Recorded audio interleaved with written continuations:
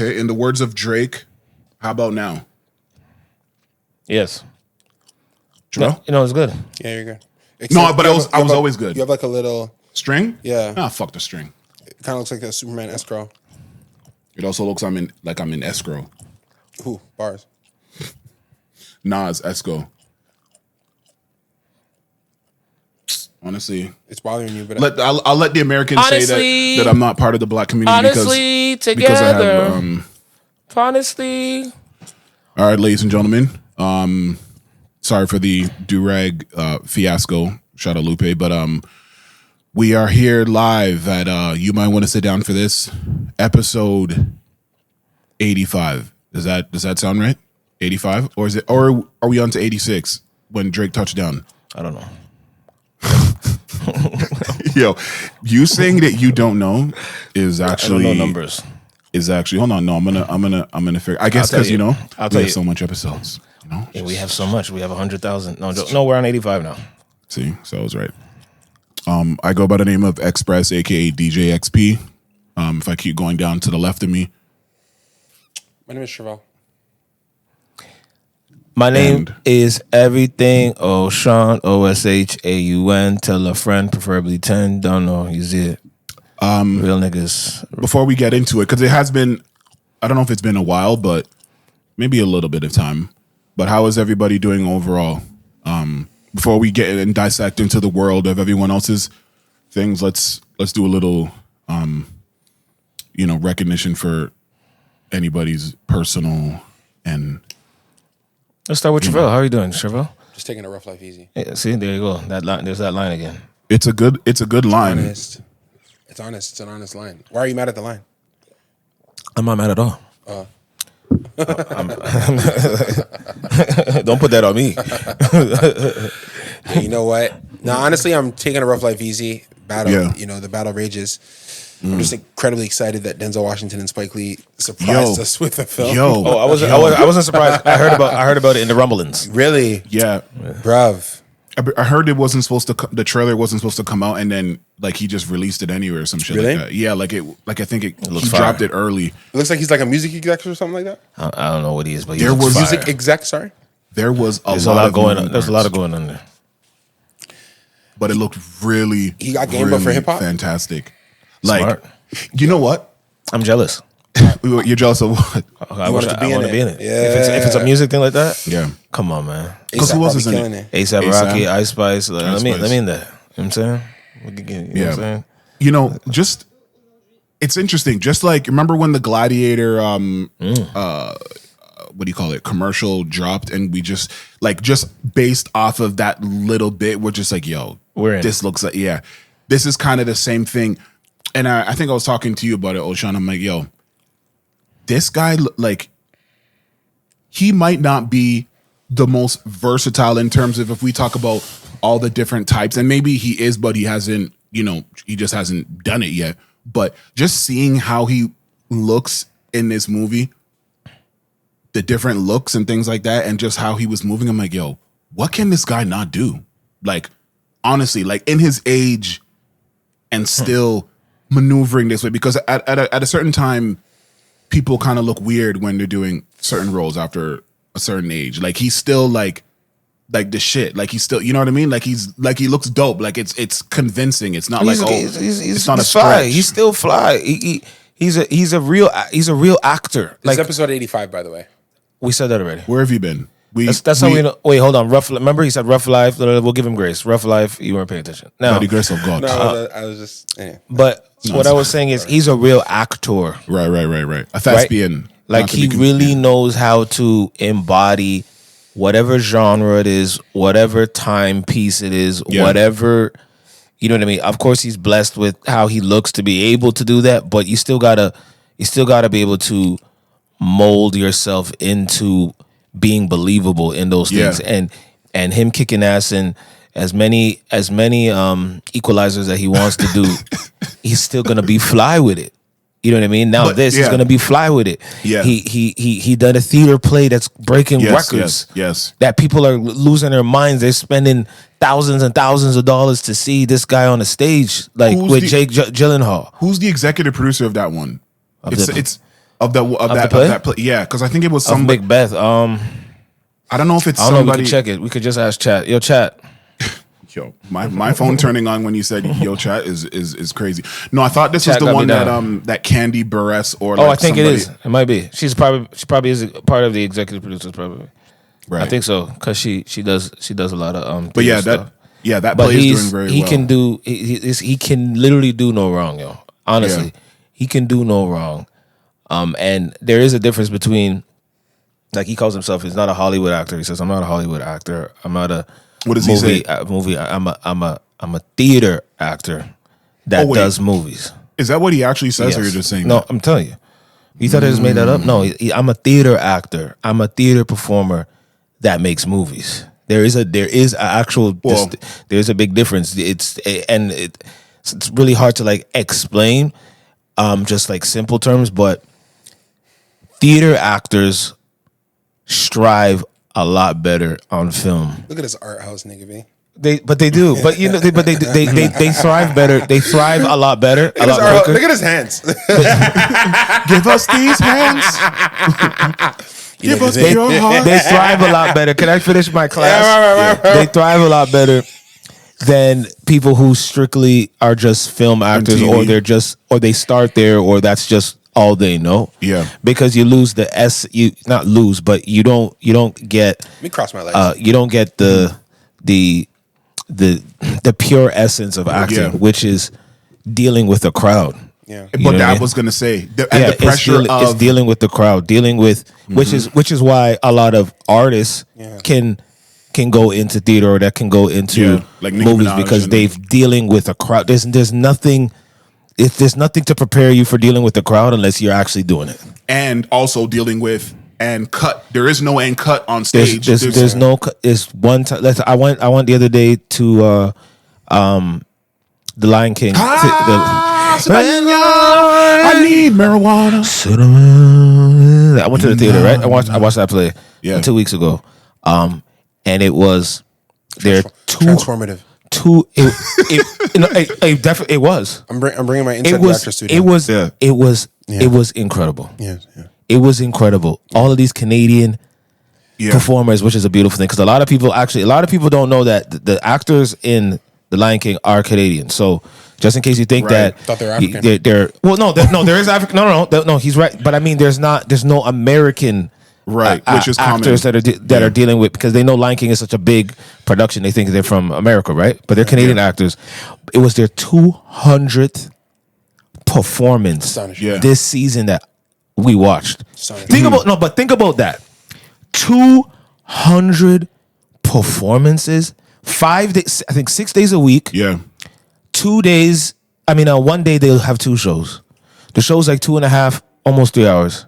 Yeah. Doing the same thing over and over and over. That and is actually insane. And that's what I'm saying about theater actors. You're doing something over and over and over and over and over and over and over again. Whereas with film, it's you take it, oh, that's a great cut, and you move on. You can forget all about it. You don't have to remember ever again. That's it. Move on. Boom. Mm-hmm. You know what I mean? So Denzel comes from that cloth, and I watched the interview. He gets offended if you call him a Hollywood actor. Like, the glazing is crazy, because obviously he's great. Bro, we're talking like this. None of us have seen the movie. It was a half minute. But I've seen Denzel Washington. Yeah, but it's just more about him. This is a praising of like Denzel. Jonathan Majors on his press run. He's just happy to do the work. But let's talk. But Jonathan Majors. The work was the work. And Jonathan Majors, have another you seen one. It yet? I did. We talked about that already. But no. Yeah, we did. Yeah, we talked about Jonathan Major is a theater actor. This is exactly what I'm saying. Have you seen Sinners? Of course, we're going to talk about Sinners, but we're going to get into it. But I guess we're in the film. Since we're starting on film, we can segue into that. I still don't think Michael B. Jordan can act. I'm saying I'm. I need you to do me a favor. There's a door. How many? There's a door. Yeah, there's a door. Okay. So there's a door. There's a door. I'm ready for this. There's a door. You think as an actor? Yes. As an actor? Yes. You're telling me Michael B. Jordan can act? As an actor, Michael B. Jordan did a crazy, exceptional job in the performance of that film that he had to portray. All right, can I be okay? That's what we're asking because that's what you're talking about, right? You're not talking about all the other movies that he did. When Michael B. Jordan I'm saying, acts, I don't feel anything. You're generalizing it. I see a good looking. You're generalizing looking it, man reciting lines, bro. But you're generalizing it. When other actors act, I feel I'm transformed. Every actor you watch, you don't feel something. Stop the cap. All the great ones. Stop. All the great ones. Stop. Pursuit of Happiness. You've watched a lot of movies that you watch. Denzel Yo, can you stop doing? Let me speak. I'm not gonna bury my son. Let me speak. Come on. Let me speak. That is a different type. Now you're comparing movies to how an actor is based on the theme. I knew Michael B. Jordan couldn't act after I saw Just Mercy. Just Mercy is a different movie than this. Oh, almost. Yeah. No, but that's when I knew he couldn't do it. Yo, my thing is when actors are placed in roles. Do you think the two twins were different? You saw the difference, or did you just see a guy trying to? No, act different? I saw two different. Right, do you know twins?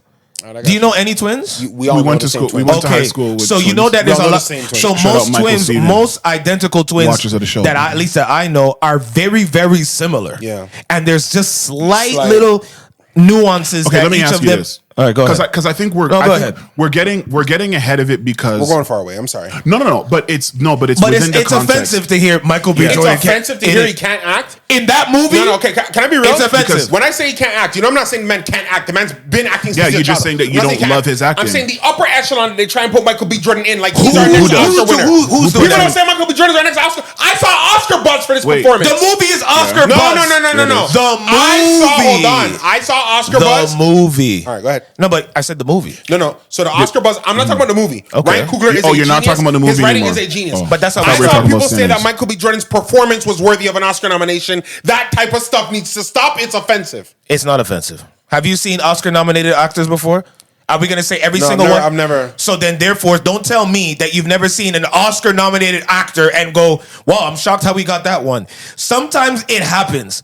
I'm not saying that performance that he did is 100% a shoo-in for an Oscar-nominated actor. We're not talking about that because you're glazing on Michael B. Jordan. I'm going to say you have to hold on. You have to base Oscar nominations is based on the movies of this year. It's not of all-time movies or the movies of the past 5 years or 2 years. It's compared to what happens this year. So depending on the rest of the movies that happens this year, there's a possibility. Is it going to happen right now just off of if I just look at the generality of Oscars that I've seen in the last 4 or 5 years? It might not. But is that movie Oscar is that Oscar conversation at all for this movie? I think it should get nominated Best for Best Picture. It could be best soundtrack, best original score. Original song. It might win for the fashion in that. Wardrobe. Costume design. And the costume. Okay. For that, it also has one of my favorite sequences ever in the history of movies. Delroy for supporting actor. Delroy Lindo. So come on, what are we talking about? Look at Delroy Lindo and see what Delroy Lindo made you feel watching that film, and then come tell me Michael B. Jordan is an Oscar-nominated actor after that performance. That's crazy. What I am saying is he did a great job for that role. That's what I'm telling you. I don't know about if it's going to be Oscar nominated or not. I'm not all the way over there. So Michael B. Jordan's your guy. So that's a top guy to you. Wait. No, see, you keep moving the goalposts. What do we mean? Is he the top guy? What are we talking about? Is he the top guy to you? In what? Is Michael B. Jordan a top actor? Is he A-level actor? A-level actor. A-level actor. Yes, he is. Gotcha. What's an A-level actor? Someone who brings in money, right? To the box office, right? No. Oh, because Dwayne Johnson is one too. No, but he's an A. Dwayne The Rock Johnson. What are we talking about? Dwayne The Rock Johnson is a blockbuster superstar. Okay, so this is a blockbuster film. So therefore, he's in it. So they put you in the A. They put you there. I got you, but I just wanted to finish. Okay. When I say A-level actor, I'm thinking of somebody even like. So someone that doesn't bring the people to the they might not bring the people into the movies. Oh, okay, that's different. Their performances, like hip hop stuff, right? Their performances, great rappers, but don't sell albums. Go ahead. ever be denied. Ever. So to me, or an A-level actor is somebody where, you know what, they're any year they're in a movie, they're live for an Oscar. They're live. Like if they're in it, they're live for an Oscar. That's a different category. That's A-level to me. You're live. Meryl Streep, there's not A-level. So there's not many. I'll give you that. Yeah, but that's what that would be the people glaze Michael B. Jordan like he's that. Who does? Can I ask you a question? Who glazes him? Wait, fuck that. Let me ask you this question. Is his performance a level up from things that he's ever done before? No. All right, cool. Continue then. You think it is? I think this is his best performance. You think he's better than this than he was in Creed 1? Yes. Gotcha. So, this is what I'll say. And this is something that I was discussing with you. Better than this than Fruitvale Station? It's hard for me to argue that because that's one of the first, and that's a true story stuff. And that's what I'm saying with movies is difficult. Which is why when he couldn't do nothing in Just Mercy, I knew what I was dealing with. Just Mercy. That's a Jamie Foxx movie, man. Let him run that. Wow. Well, it is. It's Jamie Foxx movie, man. Wow. He's the one in jail. He's the one that had to carry all the emotional scenes of that film. You know what's weird? It's almost like sometimes when you think some films, the guy who's in trouble is the guy who gets the plot. We've seen that before. But as the supporting actor, you still carry some weight. I'm thinking of Denzel Washington in Philadelphia against Tom Hanks. Tom Hanks obviously gets the Oscar because he's the one in distress. Nobody would look at that and think, Denzel didn't really do too much here. I watched Just Mercy and I wonder what Michael B. Jordan did with the role. That's fair. So when I think A-level, I think anytime you're in a film, you're live for an Oscar. So therefore, Daniel Day-Lewis was like that.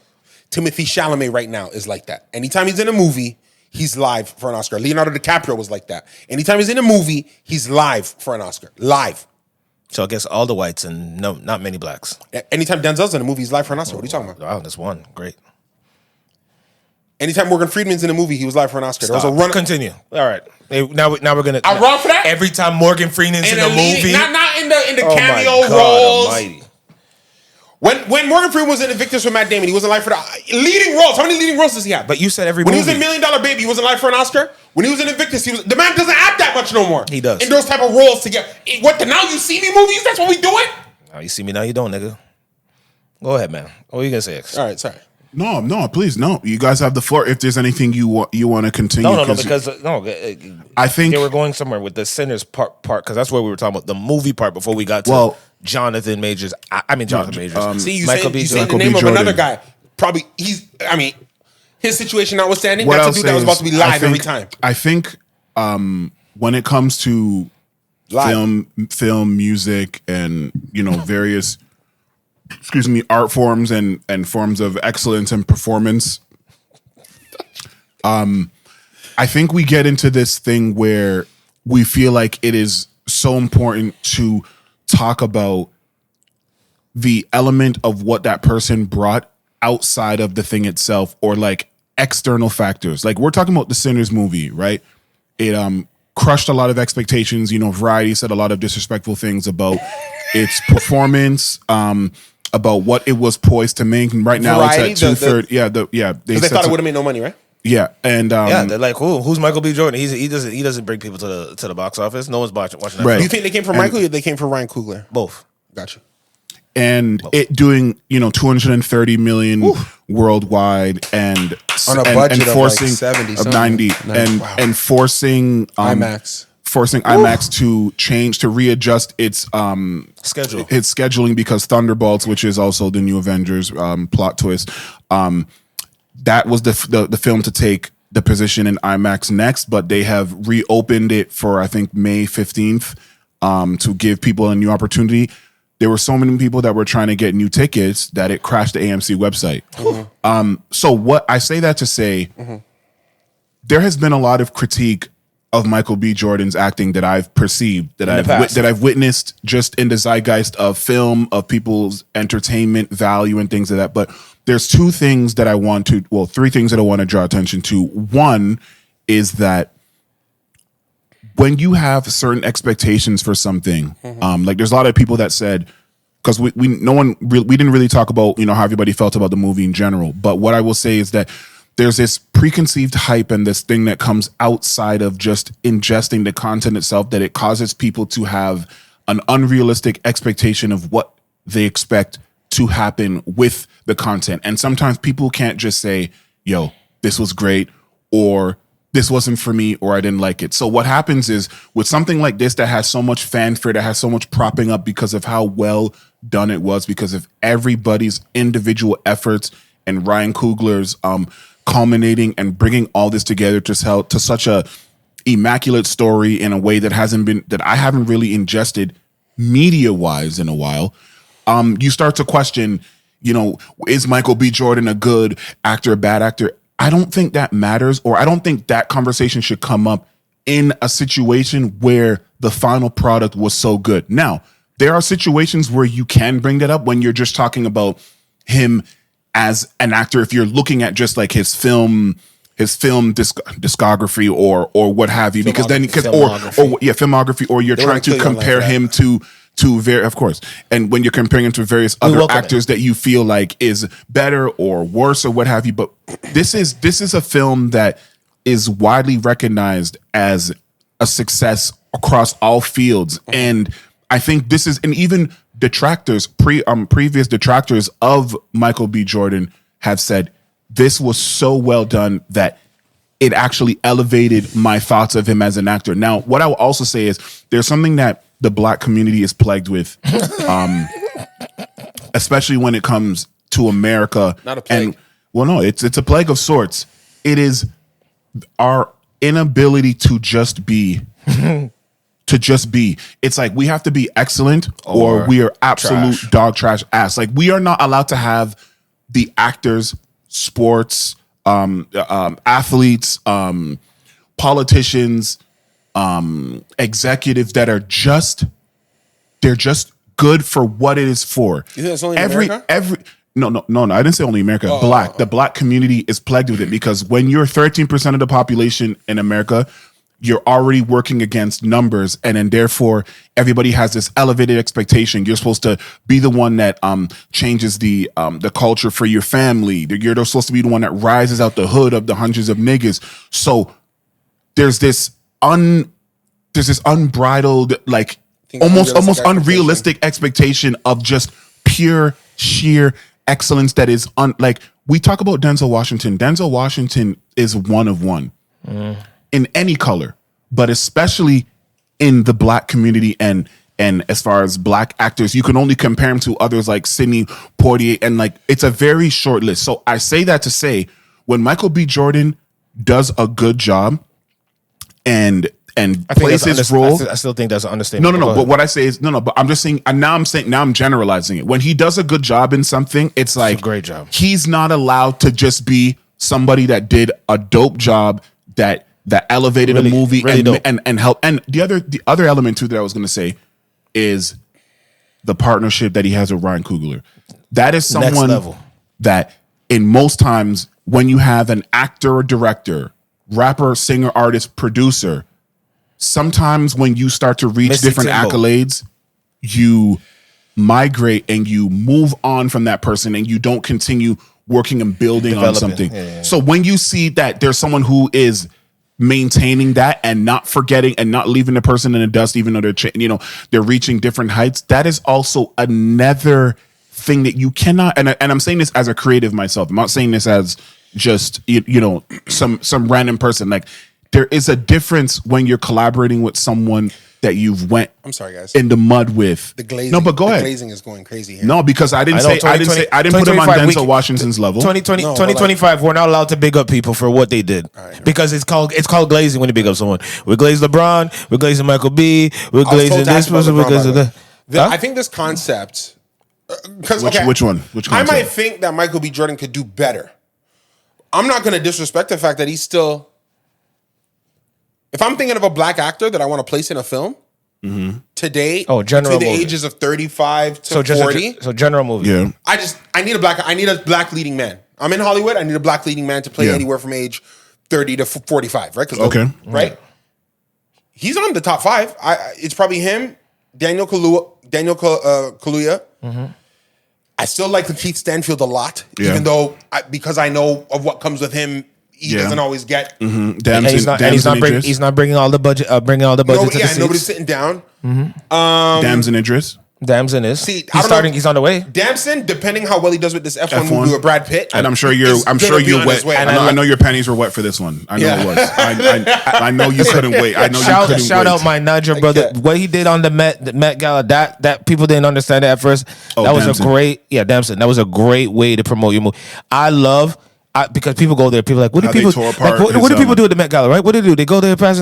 But the fact is, someone like him is like, you know what? I'm going there. Sure. I'm gonna promote my film. Everybody's looking. Everybody's Yeah, gonna the be entire watching. world, Why yeah. do I need to just promote this nice designer outfit when with the steam or whatever. I can promote my movie, just like Andre 3000 went there with a piano on his back, and they're like, "Why is he doing that?" Because he dropped a piano album. Like that's what you guys are supposed to do when you have the opportunity. Don't just promote freaking He'll do Louis anything Vuitton to not and produce a rap album. Yeah, But, Louis Vuitton and Dior and all this stuff. Promote whatever the thing is that you have going on, and you're beautiful, beautiful, Damson, beautiful work. But yeah, but he would be on the black list. So you're saying that there's a short list of black actors that I don't think God. I'm gonna say something controversial. Yeah. There's a lot of overrated white actors in Hollywood that get glazed, and I don't want to put all these people on blast. That's what the fuck I'm talking about. Yo, put a name on it. If we're doing it, no. Because here's the problem. I'm not co-signing them because I want to work with them. You know what? No, we want to work with everybody. There's one person, but is there somebody that you're thinking of? Yes. Oh, there's someone you're thinking of that gets glazed in white Hollywood. Yes. Okay, give me. Who is it? It's a nigga that needs a fucking stool to be a little bit taller. And I'm not going further because Tom Cruise? Yo. You think they overglazed Tom Cruise? Okay. Let me give an exception to this first. Wait. Because hold on. He might have a point. Let me give a caveat. He might have a point. Because it depends on what he's about to say. Let me give a caveat. Right, go ahead. Let me give a caveat because we're not talking because there's one area that we cannot talk to him about. But say that there's one area. But say what I want to preface this by saying this. Yeah, let me say what he's. Collateral is one of my favorite movies of all time, and that Tom Cruise role was one of my favorite. Tom Cruise, and it was the first time he became a villain that he became a heel. With that, I say this, except for Interview with a Vampire. I didn't watch that, so okay. But I heard about it. Finish. My point is this: yeah, I'm not gonna sit here and say that Tom Cruise and Denzel Washington are in the same category as acting. If you talk about feeling, because there was something that you brought up earlier during the diatribe where the volume got loud. It was that you guys were making it seem, you were making it seem Thank you. Put a name on it. You can only this nigga. The hallmarks of a great actor is only if you feel something so. And that's what I was trying to argue. That's what I was trying to argue. I just think that it depends on what the role is. I don't know what Smoke and Stack in Sinners has to make you feel. Whatever you're talking about, for you to say, I can tell you, and this is spoiler alert for Sinners. When he's holding on to his brother and said he was the best part, bro. I know I'm supposed to cry there. I'm supposed to feel the death of his brother there. All right, it's a twin, and it's different, and it's also a horror movie. So I want to feel it more. I got okay about this. You never felt the death in a horror film? Wait, listen to me. Listen to this. It's interesting. He said that I got the delay feeling of that. The delay feeling was when at that post, spoiler alert, we don't care. Watch the movie, fucking guys. When he says he told me to stay away from you. He said, yeah. When he told him, I promised my brother I would leave you alone. Yes. Oh, when he tells in the post credits, when he told him that, no, but when he told it, first of all, yeah, but that was a great way to deliver it. Like that, I felt whatever delay reaction of man, oh my, he lost his brother. It made me feel like, yo, he really knows his brother's not really dead. Mm-hmm. Like, so I'm not mourning his death because he's not dead. I literally spoke to him post what I thought was death. Because when he died, he cried. Right? Everyone was trying to touch him to leave the body. He said, don't fucking... Like, his brother, he was... That's when that moment was... Point. All that right there... That's not supposed to make you feel something. I felt for him at that moment. At the first, when he actually died. Not all that when he was fighting him and saying, I'm going to do this. Like, I didn't feel it because I felt like he knew he was. It's like that twin thing where I know you're still alive. Yeah. Like, I know you're still alive. I don't feel like he believed he was dead. No, he thought he was dead. He didn't know he was a vampire.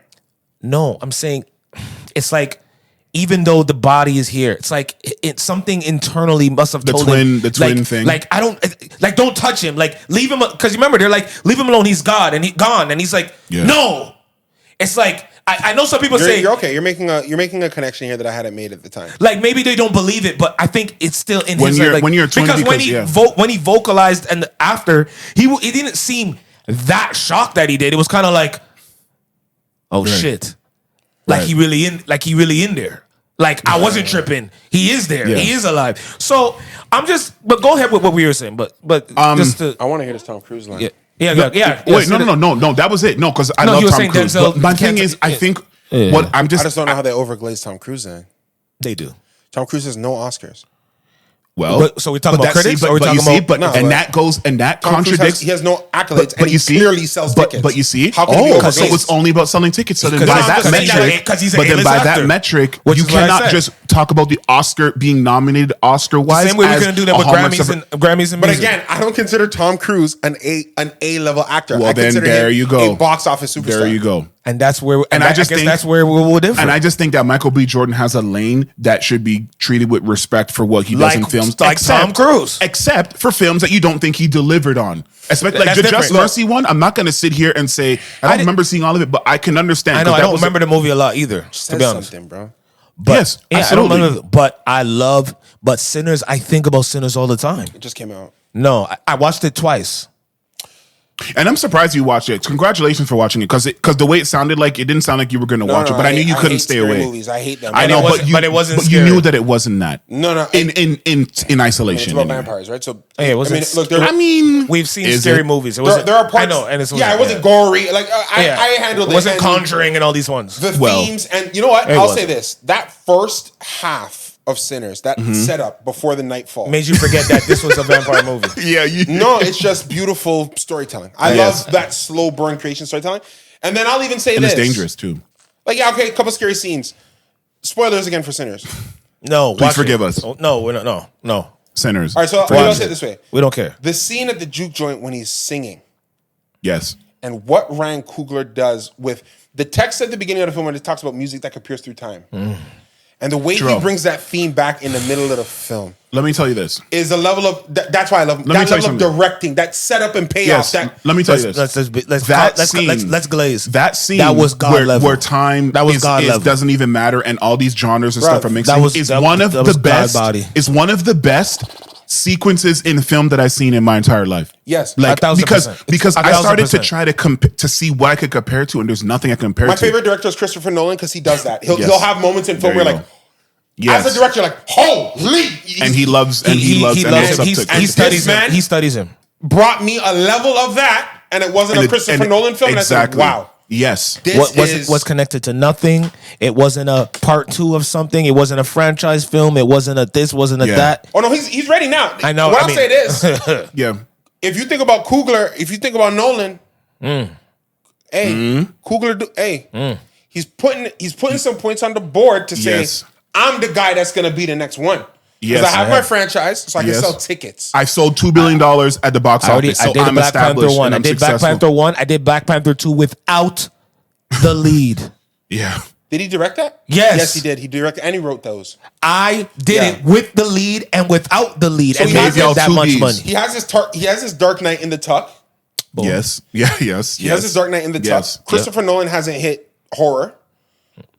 Yeah, apparently this Odysseus one that he's doing is going to be That looks kind of. It looks horish. a bit thriller-ish. Thriller, Interesting. horish. That Yeah, is- like thriller. Is what Similar it to is. what this is. That's very interesting. He's done this. Yeah. It's a genre film that's going to hit money. Yeah. If he's willing to get into, What?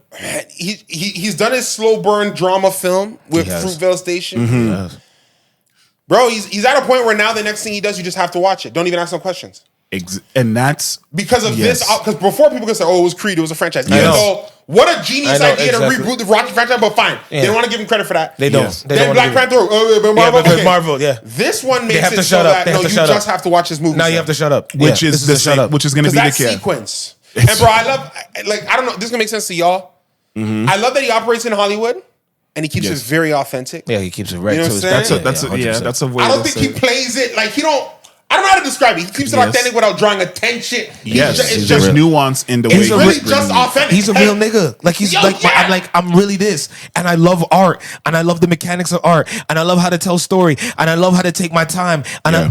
bro, I'm everything that you think directors are. I'm also just a real nigga, and it's And important that you see that happens, and you see that in very Bro, small ways. Delroy- because a lot of the guys that we had behind the camera that were black, that were very talented, weren't allowed to be real niggas. Oh, absolutely not. They did not let them be real Carl's niggas. on deck. I'll deal with you. They did not let them. And that's what I'm saying. It was so important for him to make Hollywood all this money first, to be like, I've laid the foundation. Now, let me cook. Bro, I watched a lot of the behind the scenes. I've been going YouTube watching his behind the scenes just working. Yeah. And man, he just looks like a fucking, as an actor, he just looks like a joy to be around, man. Wow. Like he literally looks like a literal joy. Like he comes to make sure you're okay and understand what's going on. Like he's very, very, very hands-on. I was watching an interview with Delroy. I love Delroy. I hope he gets nominated for a supporting character. I knew Delroy Lindo was going to get disrespected by the Oscars forever. Ever since he didn't get nominated for Five Bloods. Do you remember that? Yeah, of course. That was come on. Yeah, that was one of the snubs. Yeah. When no one said anything about that, I said they're never going to let. No. Well, this will be it for me. As a supporting? Yes. The scene where Delroy is talking about his friend in the car and he says, "What'd you do with the money?" And he goes, "I drank it." And then he's just talking about his friend and he goes into singing. So let me tell you this. Let me tell you the story. Let me tell you the story. I watched an interview. He's talking about that exact scene. The interviewer was asking him this question. He's like, "Yo, he illustrated that whole scene to him. And he's like, let me tell you about that scene. First of all, originally, that was a 3-page monologue. That was just me talking. And they cut it. Right? They cut it. So, and they said, oh my God, it would be beautiful. He's like, trust me, what Ryan wrote, that 3-page, was fucking phenomenal. But I understand. They had to cut it for a time, blah, blah, blah, blah. They cut it for time. When he got the script, he told Ryan, I need time to work on this myself. Mm-hmm. Ryan says, go ahead, take your time. Mm-hmm.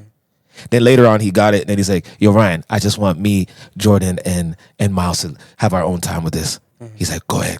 He's like, this is a director that's allowing the actors to live and breathe the role without interference. He let them do that. Now, as he's telling the story, and he's doing it in the scene, do you know when he starts to sing, after he starts to break down and starts to sing? That's not in the script. The interview was like this. What? Yeah, I started improvising. Bro. He said, I started improvising. Bro. I said, wait, are you fucking kidding me? Delroy's that guy. That whole part was improvised. He's like, Miles is a new actor. That's his first movie in the back, right? Yeah. Mm-hmm. He didn't know what to do. So that's why he went for that. And that's why Michael B says, what does he say? Michael B said, guitar, boy. Yo, because what are you doing? That was Michael B saying, we improvising now? This is what we doing? Yes. What you doing? He involved it, and Miles, that's why he looked so stunned and freestyling himself. Surprise. This was not in it. They kept the camera rolling. He's waiting for the cut. There's no cut. For those who don't know. Jesus For those Christ. who don't know. Wow. And haven't looked up Delroy Lindo. Please do. Yes. Please do, man. He's not everything he does. With. He got a show on Disney I watched with Kerry Washington. I don't know why they cut it. Called Unprisoned. Unprisoned? Yeah, Unprisoned. He came from jail and it's a great, quick series to watch. He's amazing in there. I watch him in The Good Fight. This guy he can do film, he can do TV. He's fucking incredible. Yo, and watch The Five Bloods. Of course, watch The Five Bloods. Watch Gone in 60 Seconds. Are you crazy? There's a scene in The Five Bloods where he's looking just straight down the camera, sweat all over, and he's just delivering. Mm-hmm. Five Bloods is also, you got to watch The Five Bloods. Yeah. Gone in 60 Brother's love is a brother's love. I know why you did what you did, Reigns. Oh my brother's God. Love is brother's love. Now get out of here. Go before I change my mind. Before I change my mind. Go. Yo, what's the movie or the show where he's on the news? He's on the news. Oh, that's in the where Good Fight. That's The Good Fight. Where he says the N word or whatever. He's like, I'll say it with you. The Good Fight. I just watched that recently. Is that a movie or a show? It's a show. And he's incredible in it. Of course he fucking is. He's the head of a law firm. It's the spin-off of The Good Wife. Which also, for those who one of the greatest shows. The Good Wife. Yeah, all right then. Yeah, I'm watching that right now. Rewatching it. Brother, it's amazing. It's one of the greatest shows. You're watching that. Actually, you need to watch The Good Fight and The Good Wife. It's just, for you, it's hard because it's back when TV was 24 episodes. No, I understand. So it's a commitment. No, he likes that now. But man, once you get into it, you will this show starts to sing. It's crazy. I'm watching it right now. I'm in the last season of it again, and then continuing back with The Good Fight because I only discovered The Good Fight recently. I didn't know that there was a spin-off of this. And I'm like, wow. That's crazy. With Luca and them, man. Yeah. The other thing I was going to say about Sinners, because we're all in agreement that that's a really great movie. It's a great media piece because I put it in the category. It's a great piece of art. I put it in the category of like video games and things where there's like so much going on that you have to, like, it's very difficult to just say, oh, this is a dope movie because there was just so much that was put into it, and you can tell. I'm not so much stuff is. I'm not over exaggerating. Me watching it the second time, I saw different things. I don't care what anybody says. And that's like the I just saw hallmarks of a different, great and especially movie. because I watched it differently. Like I watched it in IMAX the second time. The first Yeah. time I watched it regular in VIP, Yeah. but I watched it in IMAX, and now I'm like, oh, you Yeah. know what, Ryan, you're right to watch it in IMAX too. I get it. I see why you did what you did and all that. video. Like, by the way, you saw that video, Trivelle, right? Where he was explaining different formats. Oh Yeah. my That they said single-handedly is why the movie is doing this well, because people were learning in real time. and People said, didn't know wow. there was all these differences. He named like almost like 40 different It was a formats. class. It was a class, film that class. the films was available on. Like That's a film It's right study. here. It's insane. And here on the way, this I right know. is my favorite aspect ratio. It's 18 perforations, right? Right. So you Yo. see, we take that divide by 4, And you know- and then So you just see run how right through just like that. just like that. And it's crazy because Like if you in ask film him, school. if you ask So him, right? you can watch it like this way. Well, this would be the way to do it. Right Oh here, my God. here's the 10 shitties in the world where you can see We this can film. watch that. We got one Cineplace in Toronto. I'm like, that's Vaughn, nigga. That's the one with the alien. That's what I'm like, oh shit, he picked us up. We wanted the 10. So please, Please. if you're one of these cities, you can catch your film in this format. Sound like Nipsey Hussle. It's definitely how you want to do it. That's how you want to Sound do like it. Crenshaw. Just telling you this shit, real shit. Put a lie into this. Yeah. The composer of this film, Yeah, Luke look, he's amazing. he went crazy. He's crazy. He's amazing. He's amazing. Yo, Just keep the I'll energy. say Keep the this. energy going. It's what's crazy is that What's crazy? doing a simple thing like that, like showing your And it's not simple. love for something. Whose idea was that though? Somebody at Warner must have said, "Yo, we should just put this guy on camera." I don't. Yeah, I because think, it's him talking to them about it, and they're like, "Wait, can we just tell, record this?" yeah, tell us this Yeah, stuff. you're You know teaching that us. that was him explaining when he went to the Yeah, studio and that's said, "I need exactly- more yeah. of a budget for IMAX cameras." this is why. And they said, "Why do you need IMAX cameras?" Yeah, why? All right, just give me 1 second. I'm gonna tell you how we do it. You see, the aspect shoot it ratio, like this, right? The aspect ratio. Bro, and somebody was in the meeting like, "Yo, do you want to use this to?" Yeah. I'll be honest. Yes. That video of Yes. him talking about it Oh my Yes. God. drove me to watch it See? more than the 2 trailers. You see? See? You see? I'll be real about And that. that's what I'm telling you is what happened And for that a wa- lot of people. Yeah, like a lot of people. that was their sentiment because the movie looked interesting or whatever. We were talking about it here earlier, but once he dropped that, it wasn't him trying to sell you anything. And this is the thing that we talk about in music and these teaching things. you, I showing cared you- about it This is so why much. I have a passion. I love this. I'm telling you about it. Whether you watch it or not, this is what I would like you to do. Yeah. Yeah. But hey, these are the reasons why we did this. This is and why that. we did it. You should see it in this if you want. I don't Problem know. is now it can't be read. Because what I'll say is this, and you'll know this from working on film. Anytime you see a movie, whether even if it's the trash ones, Yes. everything went into making. And that's the thing that Everything. people don't understand. Or And I there's don't think no they care. decision, even on the films you don't like, Yes. that was made by accident. Absolutely. And if you brought every director and every leading actor and every writer Yep. into a room and said, "Hey, tell me," that's why I used to love those Hollywood Reporter interviews. Right. Or why? You know what I Breakout. used to love? Inside the Actors too. You remember that? Yes. Because I would realize, I never forgot, it was Bradley Cooper and he's talking to me, he goes, "And Bradley, after you finished Limitless, you went to the comedic masterpiece that was The Hangover." And in that moment, I'm like, yo, every movie is the most serious and most important thing for these people. Absolutely. It's what Until they- the next it's one. how they feed their family. 1,000%. And none of it's a mistake. Trivelle. And we, the audience, need to honor that, I think. Yeah. When I shot that goddamn skip the dishes commercial, if you were in the room with the 25 people that worked on that Yeah. quick commercial Yeah. and the way that they broke down why things had to happen the way, why the pot had to be a certain way, stop it, why the certain splash that was on my shoulder had to be this, because if she was over here, that wouldn't have occurred, and this afterward, like there's a whole story that Yeah. somebody had to come up with, and they all had to agree and make that vision come to life For 30 seconds. 15 seconds, let alone a fucking movie. Are you kidding me? We've talked about this before. It's crazy. It's obviously You guys don't. Oh my! I've made God. music before. Yeah. I found music very solitary. Even when because maybe I wasn't working with the producers as much. Yeah. I didn't have a great relationship like you guys have with my partner in that way.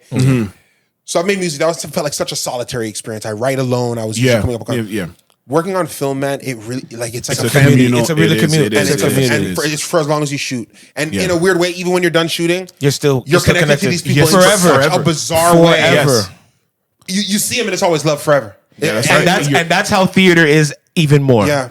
And I'm telling you. knowing even the Michael B. Jordan, Ryan Coogler thing. What I want people to understand is they probably fight like crazy. Oh, because they're filmed. Yeah. It's a long day. It's long. We're overtime. We're over budget. 16 hours. We barely made progress. And we're fighting for a shot now. I'm a director. I say, we don't need this. You're an actor and you're saying, no, but I've been wanting to do this. Yeah. And now we're having a discussion about how we slightly shoot it. There were scenes that Michael was directing, and I know was directing in Sinners. Yeah. And I know Ryan was fighting him.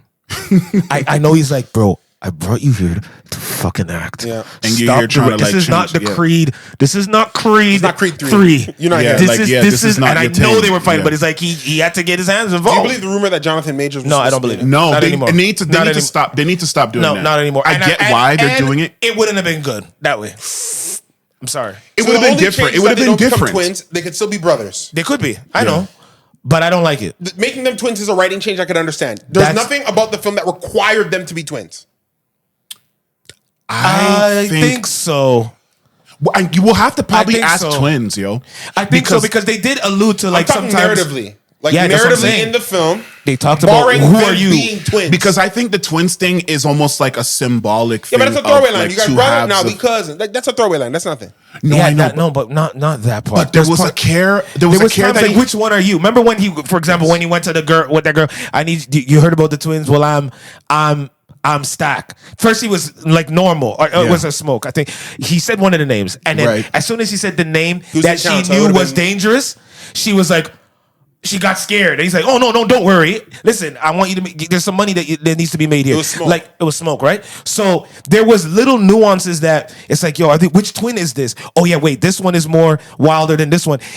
There's like this setting before you realize who it is. I think you would have lost that. You would have lost the element of the difference between and the same. And come on, man, like that. Even with the nuances of like who they dated or who they were with or whatever, I think that someone who's a black woman, and then someone who can be perceived as what did white. What did my girl say when the twin bit her?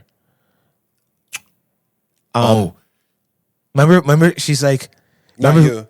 Yeah, no, oh my, you're only saying that to the twin. Not you. That's a twin. That's a twin conversation. There's little things, not like, you, because it's like it looks like her lover's killing her. Yes. Do you understand? Ryan's sick. He's a sick man. He's sick. She looked at not you. It could have been anybody. She was dying anyway. Shit. I would want like a 2-hour sit down with Ryan. I'm telling you to find all the hidden symbolism in the script. That he wondered. There's stuff I see that I know is subtle. Like I'll say a couple things that I like just vaguely. Yeah. The Asian couple's on purpose. Come on. Well, and a lot that happens with that Asian couple is on purpose. Absolutely. And being a guy that grew up in Oakland, which is where he's from, I would love to have understood why he had to get into his head about that. The nuance between how the two relationships work with the black woman and the one quadroon or whatever it is, is on purpose. Absolutely. Her being part black is on purpose. Yes, it is. The way she operates and maneuvers is on purpose because he's making comments on allyship. Yeah, absolutely. He's doing a lot. And with the Irish who are not who were just as discriminated against as black people in America. The scripture while baptizing him. I know this. It's on purpose. It's like, yo, I know this script. Yeah, we know. I know this.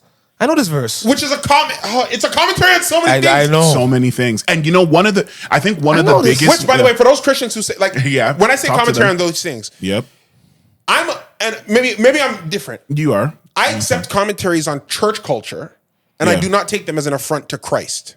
Okay.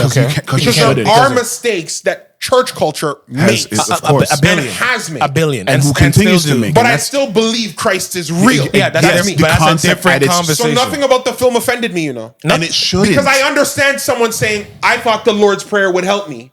Yes. And then the evil that saying, no, I know the Bible, you better believe. So... yes. So I want to build. So that didn't offend me. I want to build off of that, and I'm going to try to make this as short as possible. Yeah. The artist who it's loosely based on, whatever, Robert Johnson, whatever, the blues artist. The thing that people don't understand about the whole demonic part of this is that at those times, the term "selling your soul." For music, because they said he sold his soul so that he could, so the devil could give him that power and that ability to play that guitar in a way that no one had ever heard of till that point. Do you understand? So when that term of selling your soul that's even brought up today. Which makes the time jump of all the music. Do you understand? Because selling your soul started then and it's continued even until now. You understand? But people just assume it's you going to the devil with a contract. No, it's not. It's not in the way that you think. And Ryan is so well versed. And I know there's this whole FBA, First Black American bullshit that's kind of going. They're trying to separate themselves from the Africans and the Caribbeans and stuff like that. But Ryan dipped into the Yoruba religion. He did. Based in Nigeria. Nigeria. He said it. Was explaining that act of that spirit taking you over to be able to play and do all those things musically and be successful is not even really demonic. It's just asking for another entity to take over and help you achieve that thing. What has happened with over time is that they've demonized the African spirituality that preceded everything else. Is demonic. It's demonic because but we're not going to go there because we can have that. No, we can have the conversation. But I want to finish. I want to finish to that part. So, what a lot of Christians who were apprehensive about seeing the film need to understand that the image. They eventually because it was like too prominent. Yeah, and like I have to see it, and they saw that it wasn't what they thought it was. Yeah. But the imagery is really about what it takes to be successful. It's not necessarily about selling your soul to the devil, but it's about giving in to just the work and shutting out the entire world and just being a slave to your craft to where you don't live a normal, regular life. We've joked about here and talked about how Future said that he's foregone having normal relationships with his family and all his kids and stuff like that so that he can be a musician. That is selling your soul. You touring career. Majority of part of your life, and Michael Jackson being a child superstar or whatever, a musician from age 5 till 50 when he passed, that is a form of selling your soul. And the movie talking about that in such a way, but adding in horror and things that are like so overtly, negative that we've understood as society. But it's really just about the decisions. Do you want to be successful? Do you want to be able to tour the world? He had to break away from his church, from his dad, who instilled all these spiritual and beautiful, by the way, right? And instilled all these things. And it's like he had to go on his own and go on the road and break away from those teachings and things that were instilled in him, but not because so we can go chill with the devil, but it's how we were brought up to perceive anything that is outside of that.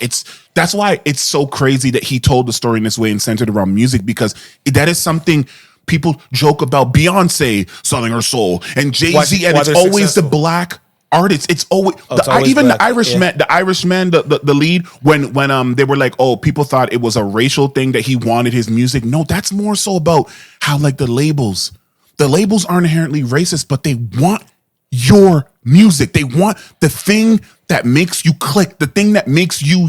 I want to exploit that, not in a negative way, but I want that for the world. Yes, it's going to make me money, but it's going to make you money. It's going to make you fame. And the fact that he tied it in that way, but they want to own it though, because a lot of people thought, oh, that Irishman, he was just racist because he wanted his. But he's like, they didn't. It's not even that for fellowship. We offer. And Ryan had to come out and say that no, I don't want you guys to get misconstrued. I want your voice. That's what labels do. Leo Cohen, you talk about it. That's what he did to DMX. That's what he did to all these people. What I love is when he's trying to encourage the man, and he goes, "I'm of their mind now." He goes, "This Jew joint's not even yours." He goes, "They're coming for you tomorrow." I'm even more than them, and that's another. You were doomed already from the before start. We got here. The cards were stacked. They already against was you coming from for you. the beginning. Pick your killer. That's it. You want the KKK killers? That's it. Or you want to? But if you get with us, you'll be with us forever, and we'll live forever, and we'll kill them all anyway. And I got you. And I got you. False ally shit. Anyway. The place, I gotta sit with this man for 2 hours. I gotta do it, bro. Right? I love the rules though. I love the rules of. It's always been that way. A vampire can only come if you invite them in. I love probably why he used the vampires as a trope. But that's how. I really loved that so much because you had to say it. Yeah, you have to say it. Like what? No, wait. And that's symbolic. And like, wait, what are you doing, Cornbread? Why you don't just? Even when they're like, what is it that we're supposed to be doing? Yeah, being good to what? And it's like, this is like country. Tricky yes, exactly. Almost like because we should be doing what we need to do. It's like when you call somebody up. What do you mean we need to do what we need to do? What does that even mean? Yeah. Because when they wanted to get him first, they tried to send an inside man, innit? Yeah. Whatever. Yeah. I did feel bad when they kicked out that guy. I hate that they kicked out that guy and then found out that it was wine and then they tried to get him back. Oh, he tried to come back in. Yeah, he tried to come back, and that's when Cornbread ate it. I'm like, imagine you. I was thinking that happens to some people. You just get caught up. Yeah, you fell asleep from your own stupidityness. Yes, and your own drunkenness. So again, another meta. Don't get caught. Anyway. Yes, it's so many different versions of Miles it. said it felt like it was his fault that he let fucking smoke fuck that. He said I could have stopped them when they were fucking. But I thought it was getting some. But I thought it was. I thought that was. And how many people can you say that you've been in a situation where you should have? Because even when he said he told his brother, he told his son, remember? Get him. He said, "Yo, yes. go get him." He's like, "I tried to," but he's like, "Are you crazy? Go get him. Let me go. I don't care if my brother's fucking."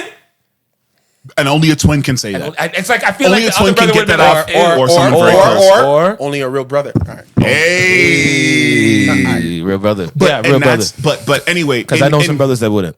Can I just give you one update? I know I'm not talking about Sinners anymore because it looks well, we're about to close it, but okay, what's good.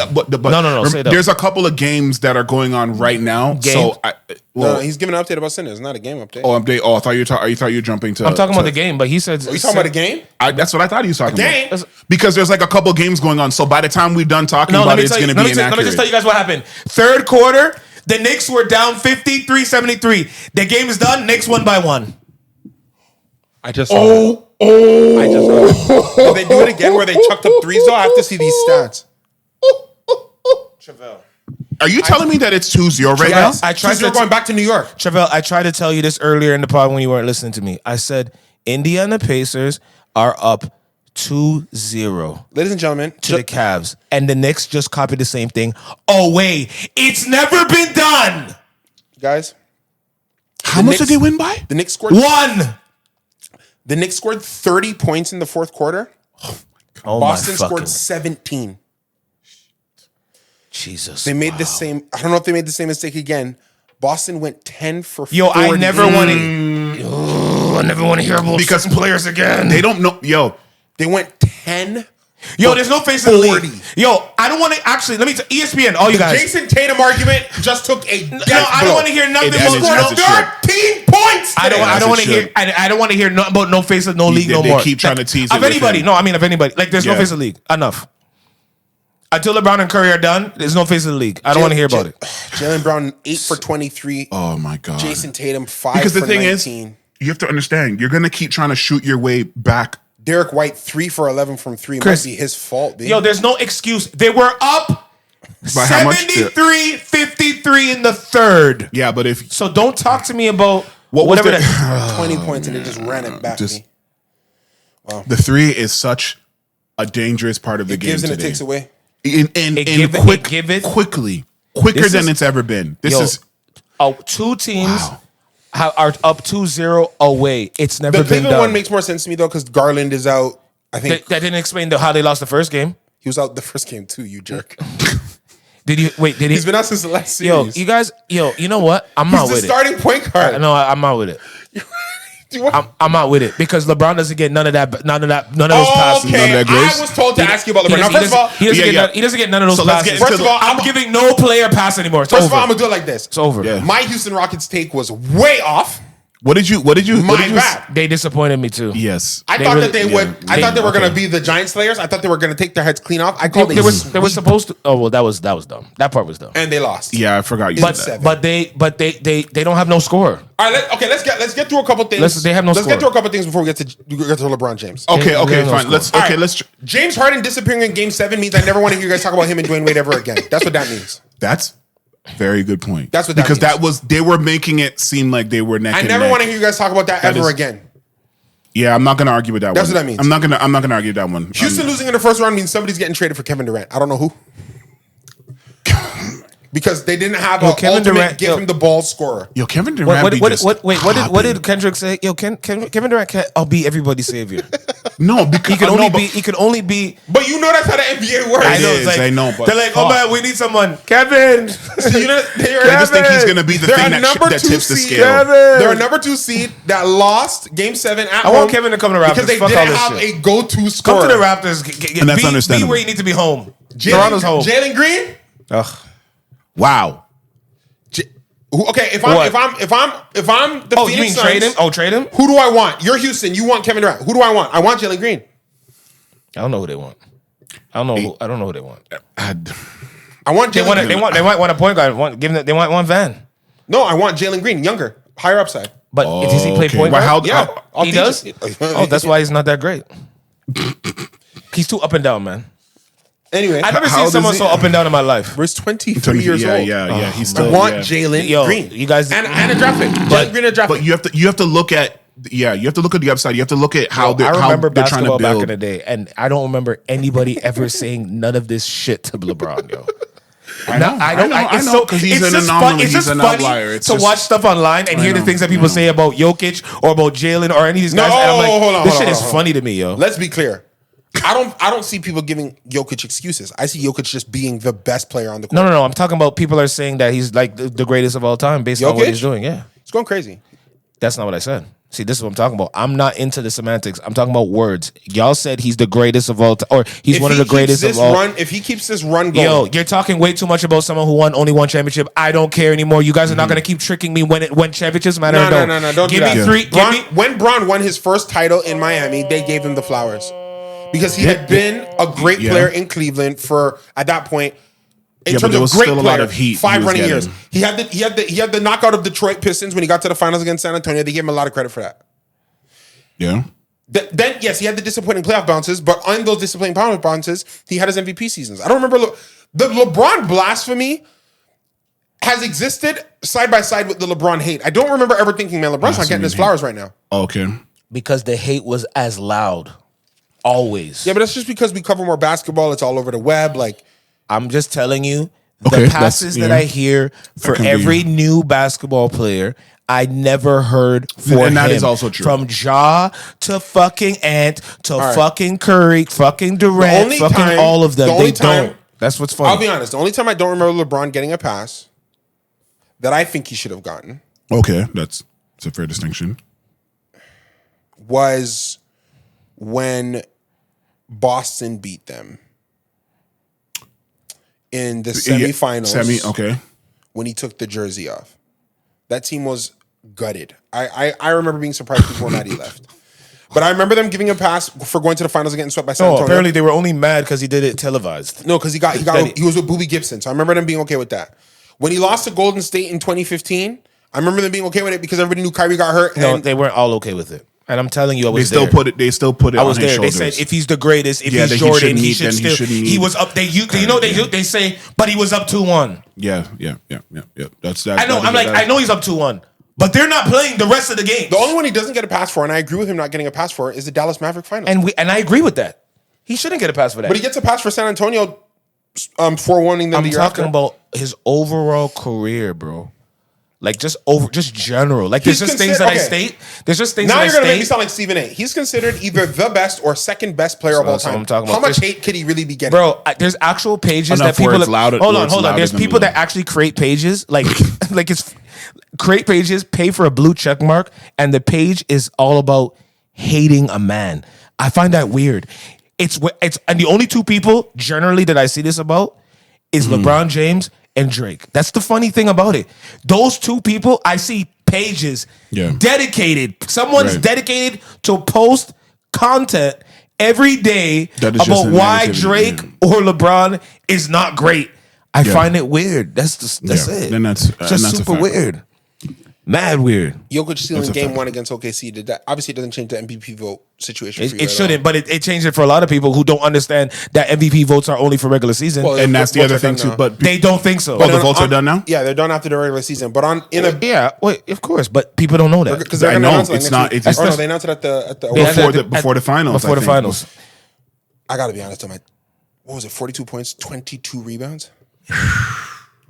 It's a big game, bro. He has big games. Bro, this guy, he has big games. It's very nice. Russ was having big games too that one season. You guys made him. You guys when he had the triple double, one MVP at a 6 seed. You guys were praising him, saying it was the one of the greatest things that's ever been done in life. Well, it was. I know, but then what happened after that? How come you didn't win it again? You're saying? Well, not just what. How come he didn't? Whatever it is that people expect people to do after doing something so immaculate. All I'm saying is Jokic is a great player. but we gotta wait till he gets some other things. How many rings do you need him to get before we start talking about him being great in that upper echelon? No, he's great. Yeah. So what are you talking about? You're talking about upper echelon. No, like I have a real moment where I might say he's the best center of all time. We're getting close. See, I got a problem with why. Okay, Can I ask you a question? My best center of all time is Shaquille O'Neal. But can I ask you a question? That's fair. Yeah. Can I ask you a question? How come there's people that say LeBron is not better than Jordan because he has 6 rings? Like, what do you think about that statement? They're like, LeBron's not better than Jordan. They're like, why? Because he has 6 rings. What do you think about that? No. Okay. And I'm telling you, they say this. So don't try to remix what I'm saying. There are people, sports analysts, who say those words. When I make the greatest basketball player argument, I don't do longevity. I do peak versus peak. All right. All right. You argue peak versus peak. I argue peak versus peak. I pick a stretch of 5 to 10 years where this person was at their zenith, and I compare it with the stretch of 5 to 10 years where the other person was at their zenith, or else no one would ever be able to compete ever. LeBron's been better with Kareem Abdul-Jabbar. LeBron has been better for longer than Jordan. Which is why me saying peak versus peak annoys you, because it doesn't allow you to make that point. Correct. I know, and that's my problem with any of these conversations, because people just make a different. No, but he's been people make a different set of rules. No, but I'm giving to you the support their reason. But I know, but that's taking away from somebody. That's one metric. No, hold on. It's like taking away from somebody, because there's people not taking it away from somebody. It is, because if you go peak, you're removing one of the other person's strengths. I give Jordan credit for saying, when Jordan was at his peak. This is what I'm saying. Bro, the league didn't eat off him. LeBron at his peak, man's 8. People said that the East was easy because LeBron went to the finals 8 times. Jordan won the finals 6 times. So the whole NBA must have been easy too. No, but see, and that's another thing I like about Jordan's peak. To win Jordan's titles, he had to lop off a bunch of different, well-constructed teams. His only double is the Utah Jazz. He collected a Lakers scalp. He collected a Phoenix Suns scalp. They were all old and running out of their time. All right, never mind, we're cool. Yeah, cool. Exactly. All right.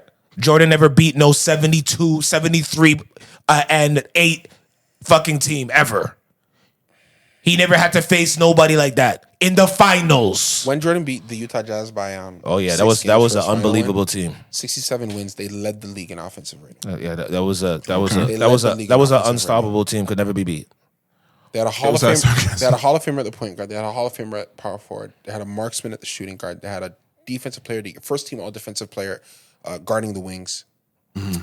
But which championship was the Bulls? What championship was the Bulls? What championship were the Bulls in? Yes, sir. What championship was the Bulls in? When they beat the Phoenix Suns, what championship was the Bulls in? They beat the MVP. Charles Barkley. Which of the 6 championships? Kevin Johnson of the 6 championships? Of the 6 championships, which series, which year was the Chicago Bulls the underdog? I'll wait. Which one? Okay. Which one were they the under? Which series were they the underdog? They were underdog against Utah the last time. All right. Good night. Okay. They were favored in all of their championships. They were favored in all 6. Okay. All of them they were favored. By a little, by a lot. They were favored in all of them. So this is what I'm talking about. We can pick and choose what metric to measure based on what we want. I will say this before we get out of here. I will say that I think to only argue peak, I think is ridiculous. Not the best. That's ridiculous. All right, it's ridiculous. No, it's not ridiculous. But it's a different. It's a different way of doing things, and I wouldn't do that in any genre of anything. Peak is ridiculous. It's ridiculous. No, peak. Because if I keep going and you stop because you're all tired, sleepy, went to jail, because I'll say this, then that becomes people. What the fuck is ridiculous? Yes. So Jose Calderon's a better basketball player than Derrick Rose? No, but. Sorry, no, but they're not. But they're not for such a long time. Guys. They're not. But I include everything. That's the difference between me and you. One of them's not. You want to include what? Yeah, that's what we talk about. You're playing semantics. So, I'm talking about the entire thing. That's the difference. You guys pick and choose. When LeBron is over some people, y'all start picking and choosing how to change the gauge. When I talk about overall, I say overall. That's what I like to say. Yeah. I don't go peak versus peak. I don't go longevity versus longevity. I go overall, everything. Everything in entirety. Yes. When people want to say, if Curry wins a championship, he's now in the GOAT conversation, how does that make any sense when he doesn't play defense, when his coach literally takes him off the court, so it doesn't ruin his team's chances to win. How is that possible? But Jordan and LeBron have to play defense. Like, what are we talking about? There is some biases that Joker doesn't even block shots. Joker doesn't even block shots. He's 7 foot, how fucking tall? He doesn't even block shots. The reason why Joker was taken off the court is because he had 5 fouls. I said Curry. No, okay. I said Curry. Okay. Because you said Joker doesn't even block shots. I thought you were talking about the game. No. I'm going to the point of when you talk about defense, because Joker is not a really good defender. We know that too. But the only reason that LeBron didn't win a Defensive Player of the Year, I think he was robbed in Marc Gasol. Right? Yeah. We all know that he would have won it. I mean, look again. We need to stop acting like it's disrespectful. It's disrespectful to say the guy is either 1 or 2. Oh no, I'm not talking about that. We're not arguing that. But the world accepts he's either 1 or 2. No, they don't. No, they don't. There's a Trivelle Simpson. There is no. Like what are you talking about? I'm out here. I'm telling you, they don't. There's extremes. There is no intelligent basketball conversation going on anywhere in the world. That becomes subjective. Where LeBron is not 1 or 2. But that becomes a subjective conversation. Of people consider intelligent basketball players or basketball analysts that are not saying he's 1 or 2. I'm not talking about Kendrick Perkins with his trolling. They're saying he's 9, 10, 14, 20. They're pushing. That's not an intelligent basketball conversation. But they're getting paid to be intelligent basketball conversations. I'll be real about this. I'm just telling you. Even though I'm a Pete versus Pete guy, there's no world on the face of the planet where the NBA's leading scorer is not in the top 3 conversations. I know, but unfortunately, but that's why you have to see these conversations metastasize in real time. I'm not talking to the guy who says he's 1 or 2. I'm talking to the other people that puts him outside the top 5 these and players just for doing something. Oh my God, this guy's the face of the league, and then they'll have 3 points or 8 points in a game, and LeBron's got 1,500 games of having double digits. I just want to say, in this past week, and then we'll move on. In this past week, we saw Anthony Edwards score no buckets in the first. I could not believe what I Very saw. interesing. Someone who's the next face, who's the face of the league. Who's the face? And now we've seen Jason Tatum score 19 points in a game his team needed. They're not ready. I want everybody to understand They're just not ready. I want everybody to, when LeBron was at the peak of his powers, when I say peak of his powers, I consider LeBron peak of his powers literally. It's the longest peak of all time. Yeah. Yes, LeBron's peak of his powers. Peak of powers. I understand. I go from the age 20 to age 36. Okay. Because he won the title in LA at 36. It's like you just described Drake's career in some This is what I'm trying to way. say. That's why it's sad that they're not really talking, because they literally hated on both of these guys at the same time. And at the peak of his powers, LeBron regularly dragged. There was never an instance where he thought they should win here. And he didn't show up except for Dallas. Right. That's the only one. Yes. Trivelle. That's the only one. And if LeBron's team ever lost, other than Dallas, you could never look at his stat line and think, what'd he do? Trivelle. Other than Dallas. I know. Trivelle. That is one series. Trivelle. LeBron has more playoff wins, I think, than every franchise. Yes. Trivelle. Yes. But that's what I'm saying. Those ridiculous numbers go over people's heads. No, but they can't. I know, but unfortunately. And honestly, this is where it's like, because it's been so long, because people forget, LeBron's first ever, oh my goodness, what are we watching? Was in, if you try and watch that footage, bro, it's in 2006 against Detroit. Right. When he's just scoring every bucket. That's right. That's and this before he could jump shoot. Yeah. So this is him just blowing by rim shit. Yes, exactly. Hard shot from the hard shot. Doom. 1,000%. Then even in the series that LeBron lost to Cleveland, bro, I still remember a highlight of LeBron dunking on all of Boston. He did. all of Boston. Yeah. There's a picture of it. All getting fouled. Like all 5 of them are in this. And they didn't call it. Yeah. Exactly. You literally see, is it Kevin Garnett who pushes it and he yams it anyway? Right. Something about that Celtics, because 2 years ago, what happened? Tatum goes like this to his arm at the buzzer. Remember that? And that's when had to come with the what's his name? Took the camera from and he showed Patrick Beverly foul. Bro. Then we just got it's Celtics thing. Then I remember LeBron in Miami. In Miami. Oh, he was. Bro, forget the Boston one. Indiana had them on the ropes. He went off. He went crazy. He said, don't worry, give me the ball. Then Boston had them on the ropes. He didn't go off. He went numb. Look at LeBron. People say, LeBron flop. Bro, I dare anybody. Look at that game 6, Boston, Miami. Yeah. In Boston, he doesn't cry for a single call. They talked to him at halftime. LeBron, where are you getting the shooting performance from? He goes, well, game 6, it's now or never. And I don't plan on sitting the second half.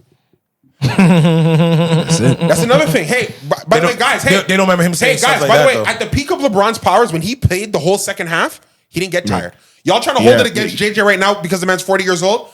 When LeBron played the whole second half, crazy. He did it multiple times. You're absolutely right.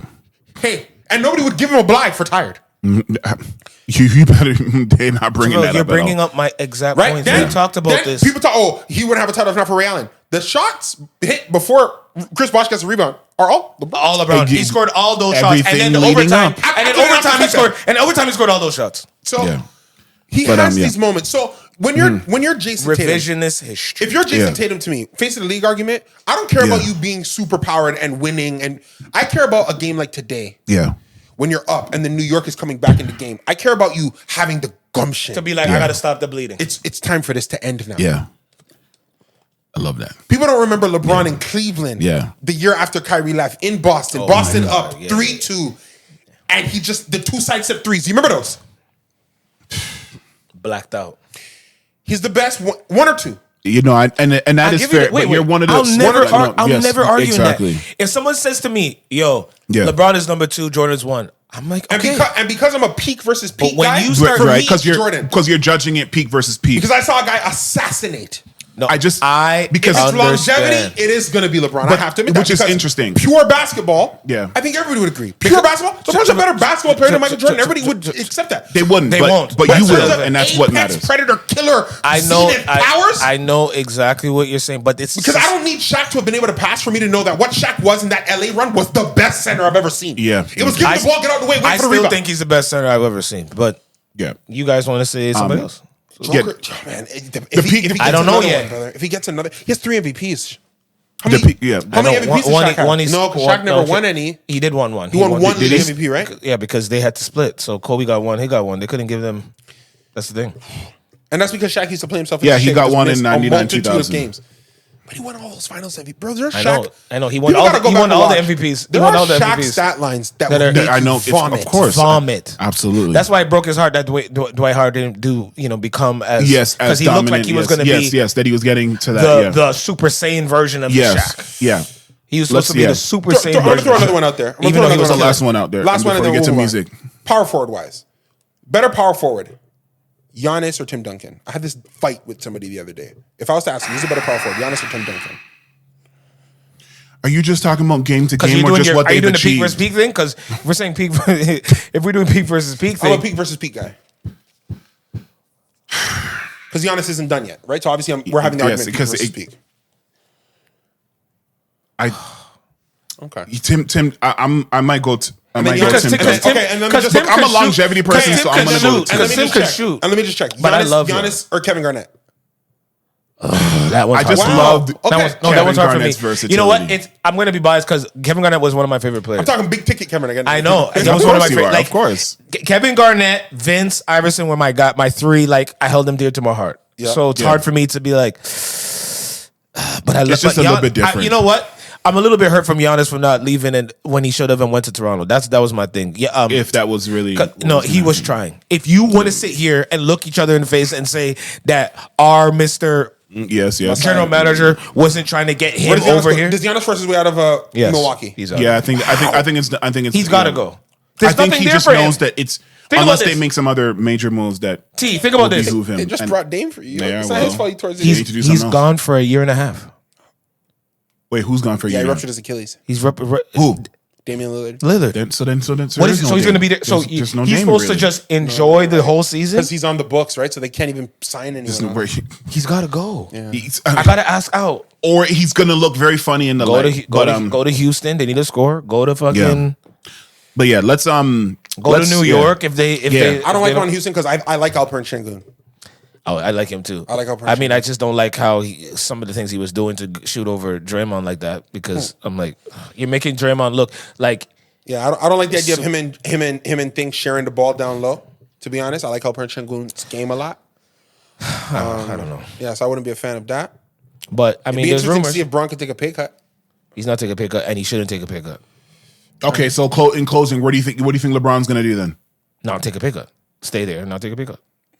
And that's just it. He has to take a bit of a pay cut so they can re-sign Luka, though, doesn't he? No, not for that. Only if they need to go get something else. Which and they need. And we're not. He's already when he offered it. The first, you gotta respect people. Yo, if I offer you something, and then you don't do it, if I'm Bron, I'm not going to keep. Cut, though. I'm not this time. I'm not. No, because I'm older now. Who's there that I want to just played a series where I had to play 40 minutes. You guys don't even have another. Like, first of all, this whole Luka needs to get in shape thing, I think might be legit. But no one said that that's not legit.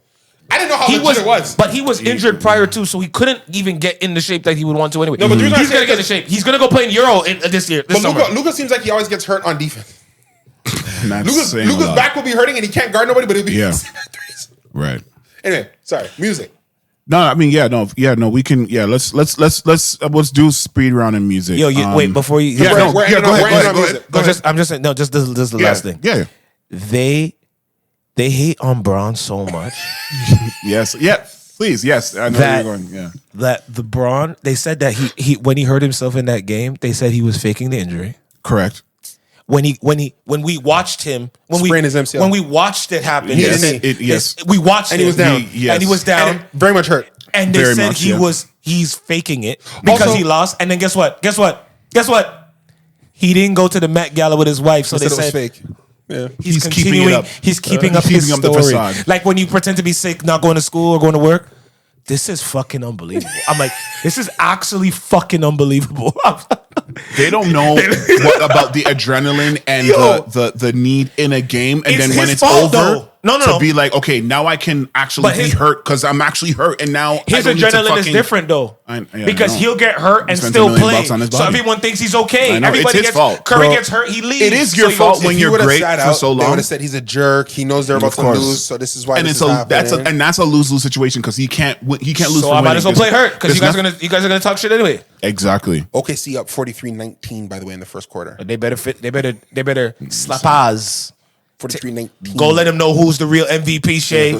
Canada, nigga. Speaking of numbers. Canada. Speaking of numbers. Remember that? Tory Lanez. Yes, that was his ad lib. No, for sure. Yep.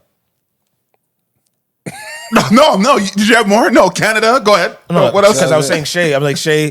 Well, yeah, he's going to hopefully get that MVP. So far, 4 for 4, 3 for 3 from the line. I like it. Yeah. Quarter number 1. I mean, when this drops, this will be old news. MVP. It's okay. MVP. Keep talking about he it. already took. He took. No. Yeah. Joker took one of his MVPs. So it's all good. Facts. Close on music. So let me ask you a question. If you were a musician and you were, and you had a lot of hits or a couple of hits, you went away for a while and you came back, and there was a lot of fanfare about your return, and then you started setting up your tour, and then you were selling 10 tickets per city. What would you do? How would that make you feel? I'd feel like my management messed up because they overstated my value to me. It's not my job to know how much I'm going to sell. It's your job. That's true. Well, that happened to somebody. Who that happened to? Bobby Shmurda. Bobby Shmurda had a tour set up, and you obviously know his prison story, his jail story. Yeah, but as soon as he came out, I knew it was over. Nobody was listening to but 10 tickets. Listen, that can't be real. There must be like an average something or something. Well, yes, they averaged it out. I'm sure there's one. There's one. Some sold none, and one might have sold 40. But the fact is that. But why would he do a tour? Why wouldn't he do like festivals first? Like no, because that's my point. Management mess up. Of course, because because you can look at the analytics and say, yo, this city, I know I can sell this much. Nobody's listening to you over here. We shouldn't do this. But 10 tickets is absolutely asinine. No, the team messed up. No. Well, I mean, yeah, there was obviously some kind of messing up that happened somewhere along the way, but that is insane. But I wouldn't want to know that. I'd be cheesed. Yeah, but it's. I'll fire everybody around me. I'll be honest. Everyone around me getting fired. I'm getting a whole new everybody.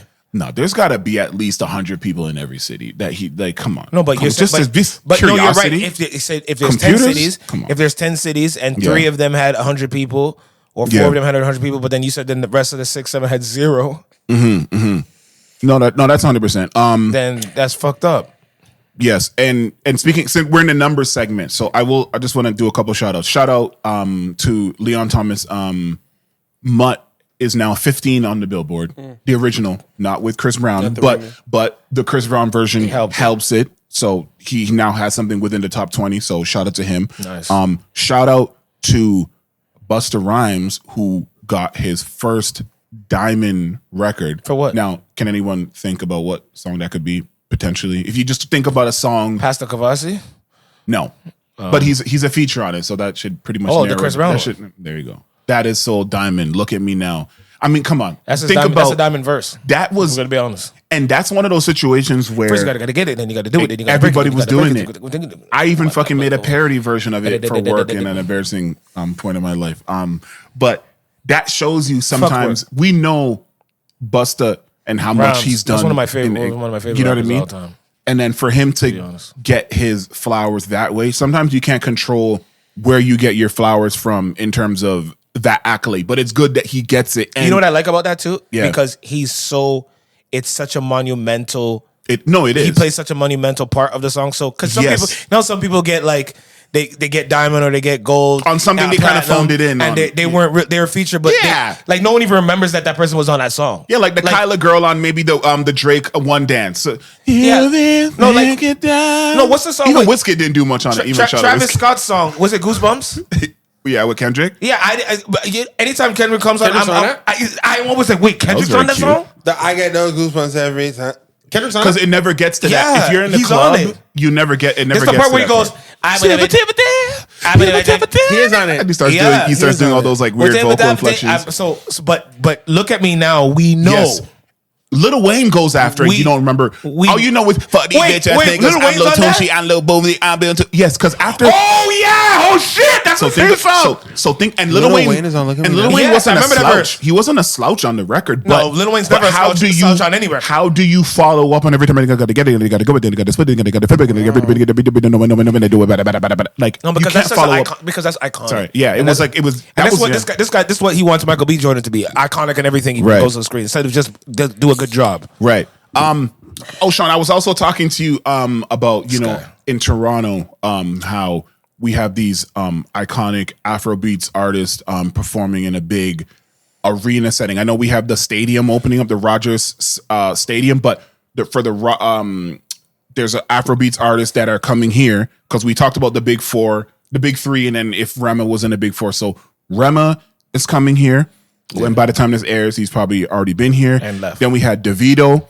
Yeah. And we also had Wizkid. So what I told you was it's going to be very interesting because it's a numbers thing with these things, right? It's going to be interesting to see who ends up actually selling out and who ends up bowing out maybe before the time, of the show comes up. The Rema one is coming up. Rema did O2, sold it out, right? But as I was doing this... It did Madison Square Garden too. Yes. Oh, so yeah, and then he did Madison Square Garden in New York. But something happened as I was doing this. I looked, and the fucking Wizkid show is canceled. You're lying. I'm not lying. You're lying. Again, and for those, it's got to be scheduled. Come on, no, that's a lie. For those keeping score at home, and I love Wizkid. I don't. This is not. I love Wizkid. This can't be right. I'm gonna say this, and I'm gonna tell you why. Where's this? I saw it. If you try to go book the tickets. Where you think? Scotiabank. So these three artists, all Scotiabank.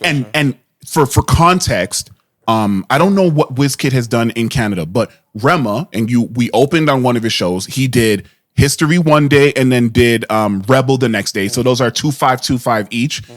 Davido did Budweiser as part of a festival. So I don't know how much Budweiser is. I don't know if that's a little bit under 10K, but basically Budweiser, yes, it's a right? It's a little bit under 10K or just about there, depending on if they have the thing open. But the point is that anytime they do shows, I guess the goal is to elevate each time, to go to a bigger venue. Mm-hmm. But the problem is you have to do that if you're sure the demand calls for it. Mm-hmm. Like you can't do it prematurely.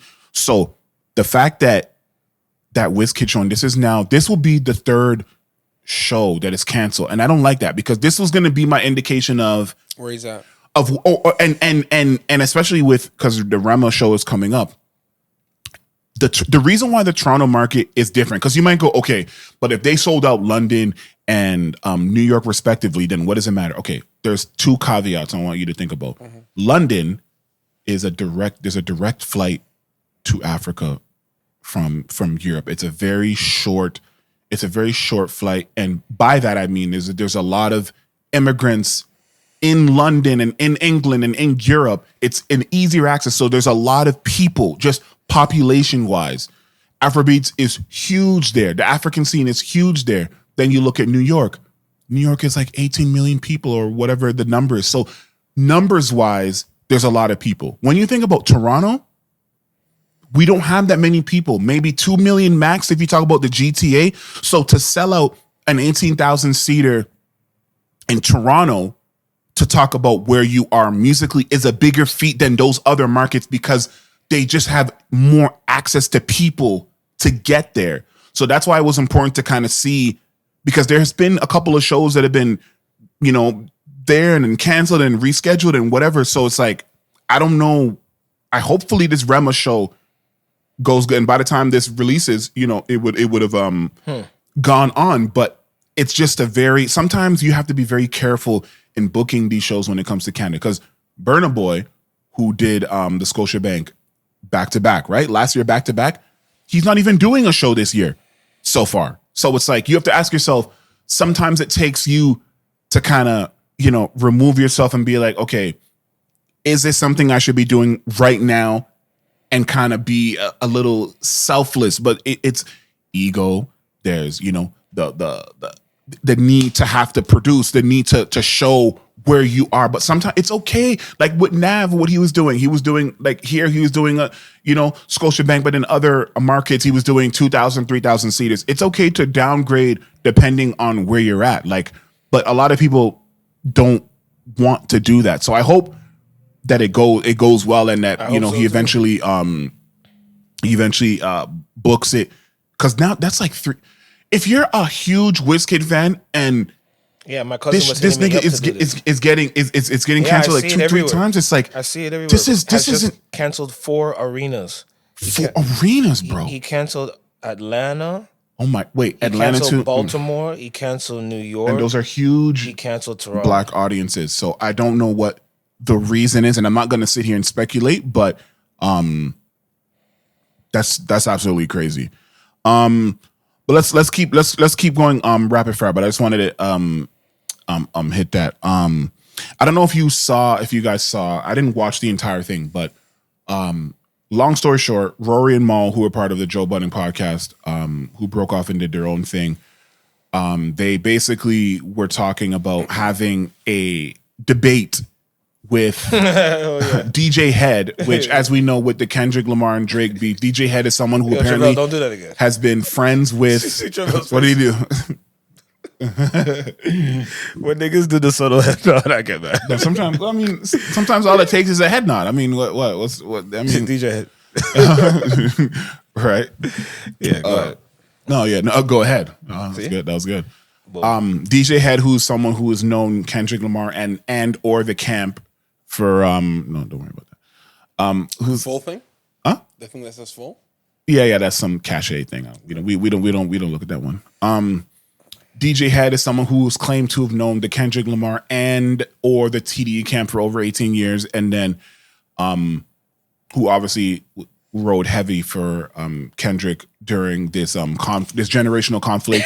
And then you have Mal, somebody who in some cases was on the Drake side, and even in instances where it was looked at as overly, like, his roll in the shoulder when push-ups, and it was like this, but he was riding for Drake anyway. So they had like a little mini debate. I didn't watch the whole thing.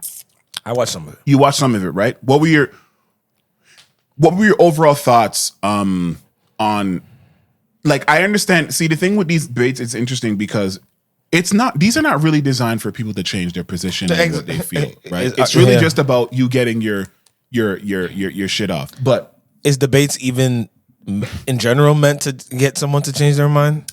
And that's another. I don't remember the last debate I've ever watched. No one ever changes their mind. Yeah. They're like, you know what? You're right. I'm now on your side for what you're talking about. Right. It's been a while since I've seen Federal that. debate in Canada must have done it because Carney won. And that's the tax. Right. But before we go there and end up on there, I want to say this because that is something I actually wanted to ask you about. But Donald Trump is like, what do you think? This guy likes him. He's like, even though he's a liberal. He's more of a Trump fan or Trump guy than the conservative guy over there. Right. He likes me a little less over there. I was shocked. Right. But what I was gonna say was the one point that came up, because at different points of the debate, if you want to call it that, right? There was, different Exchanging leanings. of thoughts. It seemed like different people were kind of getting their opinion. Their opinion was making more sense than the other. But the one part where I thought where DJ Head really lost me was how he was so adamant about how the tailor-made AI situation was like the ultimate West Coast slap in the face, disrespectful, and can't tell somebody how to feel disrespectful. You can't tell them how to feel, but when you consider that Kendrick also used AI at some point in his career when it came to people who were not alive to give their consent, such as Nipsey Hussle and but they say he has a relationship with him.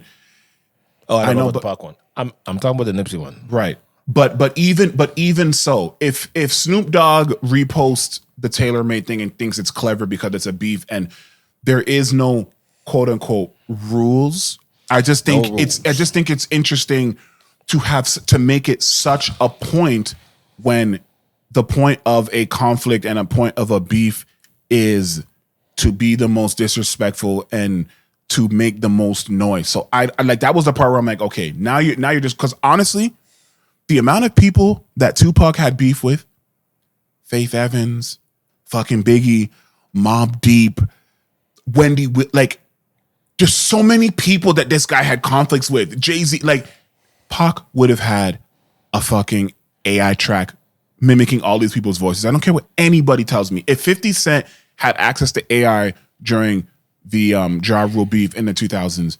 1,000% he would have used AI because it's so easy. Because it's like getting these niggas to sound like them and not be them. Like no one's gonna be like, oh wait, no, this is against the rules.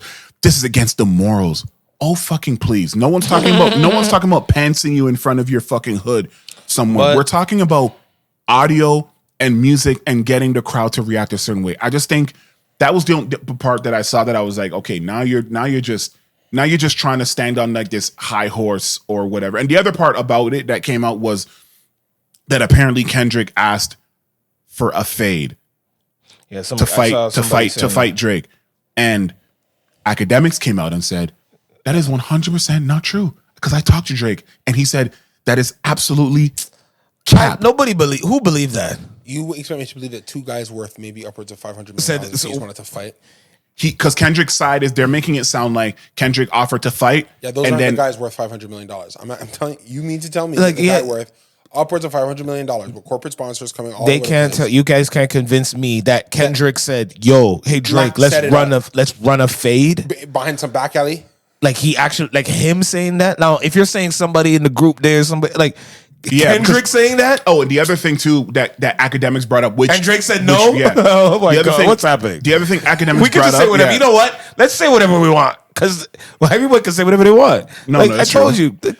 Academics brought up something. He said actually that Drake and Kendrick didn't talk the way that everybody's talking about. They didn't talk prior to the beef. They didn't talk during the apparent what's the song? The first person shooter. Like he apparently Drake reached out to his people, so there wasn't a personal conversation, and there was no preamble during the beginning of the beef to establish the ground rules, which has been the rumor that has been swirling around that was established. That kind of changes things to me because he's saying, so you think that they were having these conversations and then Kendrick asked for the fade we don't know and then anything. Drake said no?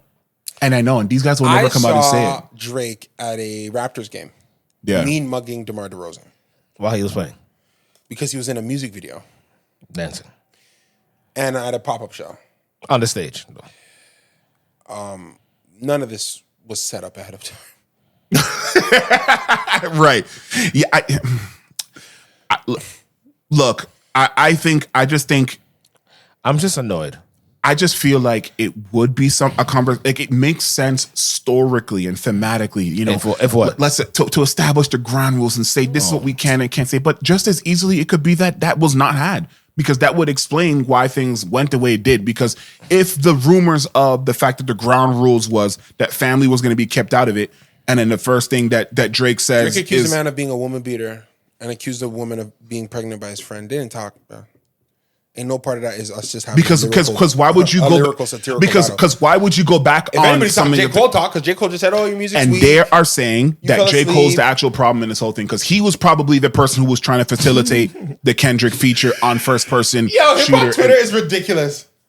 All of Twitter is ridiculous. Hip hop Twitter, basketball Twitter. It's so Twitter. biased and conceited, They are and saying J. Cole is the problem. Well, no, because they're saying if Because he's Drake the only and one Kendrick, that came with the clean with the. they're the ones that he's the only one that has the relationship with them. Like Kendrick doesn't have a relationship with Drake. You know what I miss? What? Like I miss like artists, like getting interviews and like talking about the shit that we hear. You know what I mean? Like whether it's on Smack DVDs or like. You know, like on a radio, to be like, Comes out after though. Drake is definitely we don't do that. He'll do a tell all. Like how long when we don't care anymore, right? No, because I still live off that Rap Radar interview, and they covered a lot, and that was like 2 hours. Yeah. But it was a long time ago. Remember? And then after 5 years ago. I mean, I really wish that he 5. did. I really wish he did the Joe Budden one that I thought was gonna happen.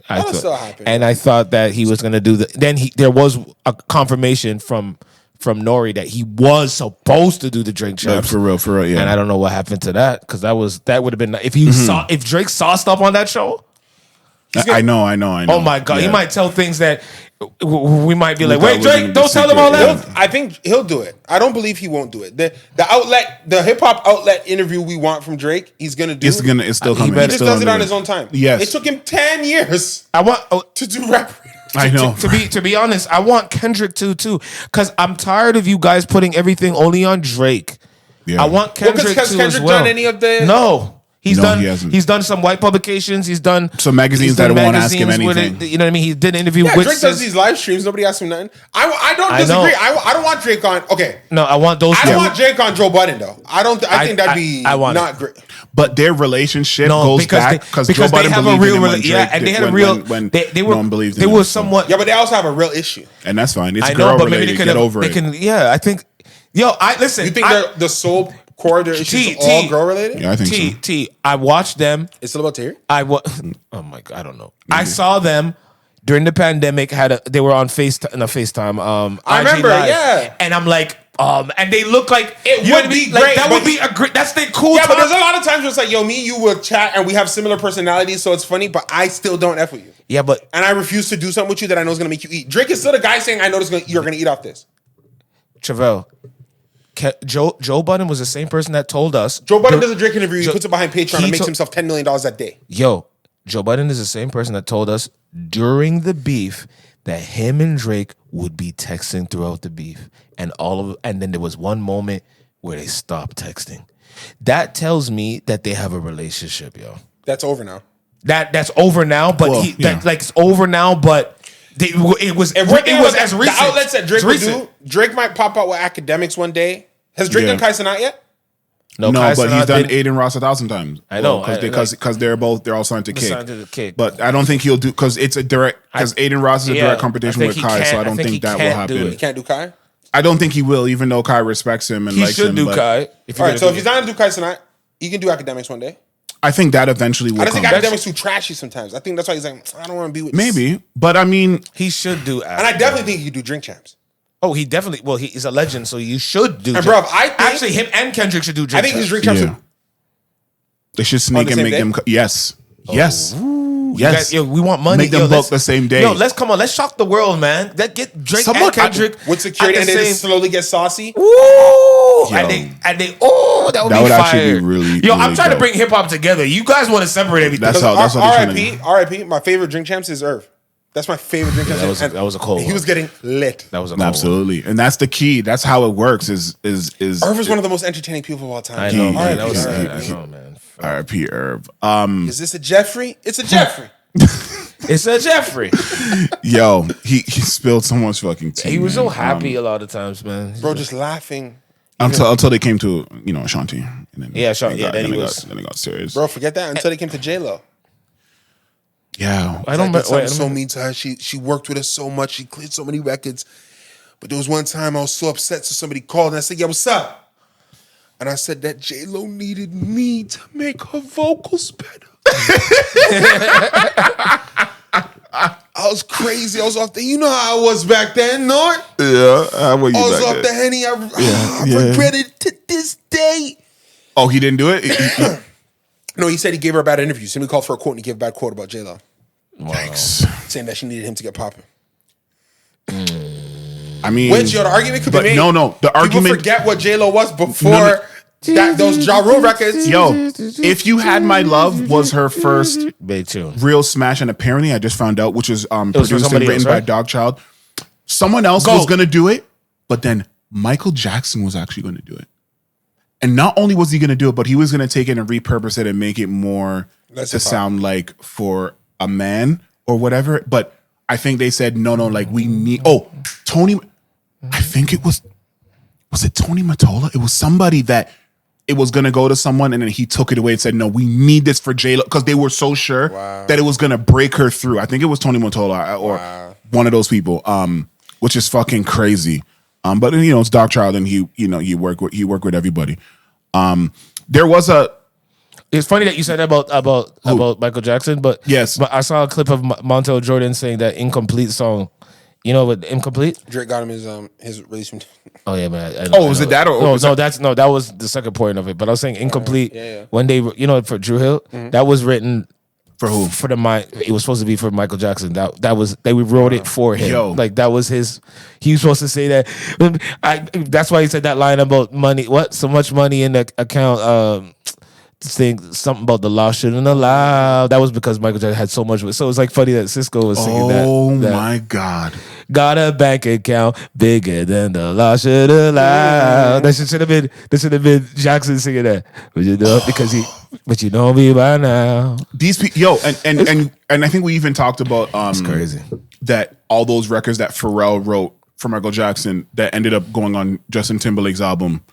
Like Be So Quick to Walk Away, like all those, like they were crafted, and he felt good. He felt good when Michael Jackson, after the point, because they said, "Yo, did Michael Jackson ever come to and be like, oh, that was my bad, I should have kept that." But he's like, not directly, but he would come in and like sing the songs, and then he's like, oh fuck, that's because Michael Jackson doesn't just sing any song, so it was like kind of like, he sings 50 Cent. He sings 50 Cent music. Right, because he loved that bounce and that vibe. What did you see now? Don't say that Denver caught up and they won. I'm going to throw my phone. 71-43. Okay, second quarter. Okay, see. What the fuck? Good. Yes, and they're mad. They're at home. Turn up, sauce Walker. Are you ready for the part that made my face go ugly? How much points does Shea have? It's not even that much. It's 16, but it's that he hasn't missed yet. Oh shit! Oh, that's a problem. He heard what you guys said. You thought what? You want to give the MVP to the white boy? Bro, it's not even like he's just going. Bro, it's 14 minutes, 16 points, 5 for 5 from the field. Efficient. 5 for 5 from free throw. Yeah, 1 for 1 from the 3-point line. And I could just imagine him calmly doing that. And yeah, he's very, not slow-mo Luka, but calm. He moves at his own pace. He changes the pace when he wants. Right.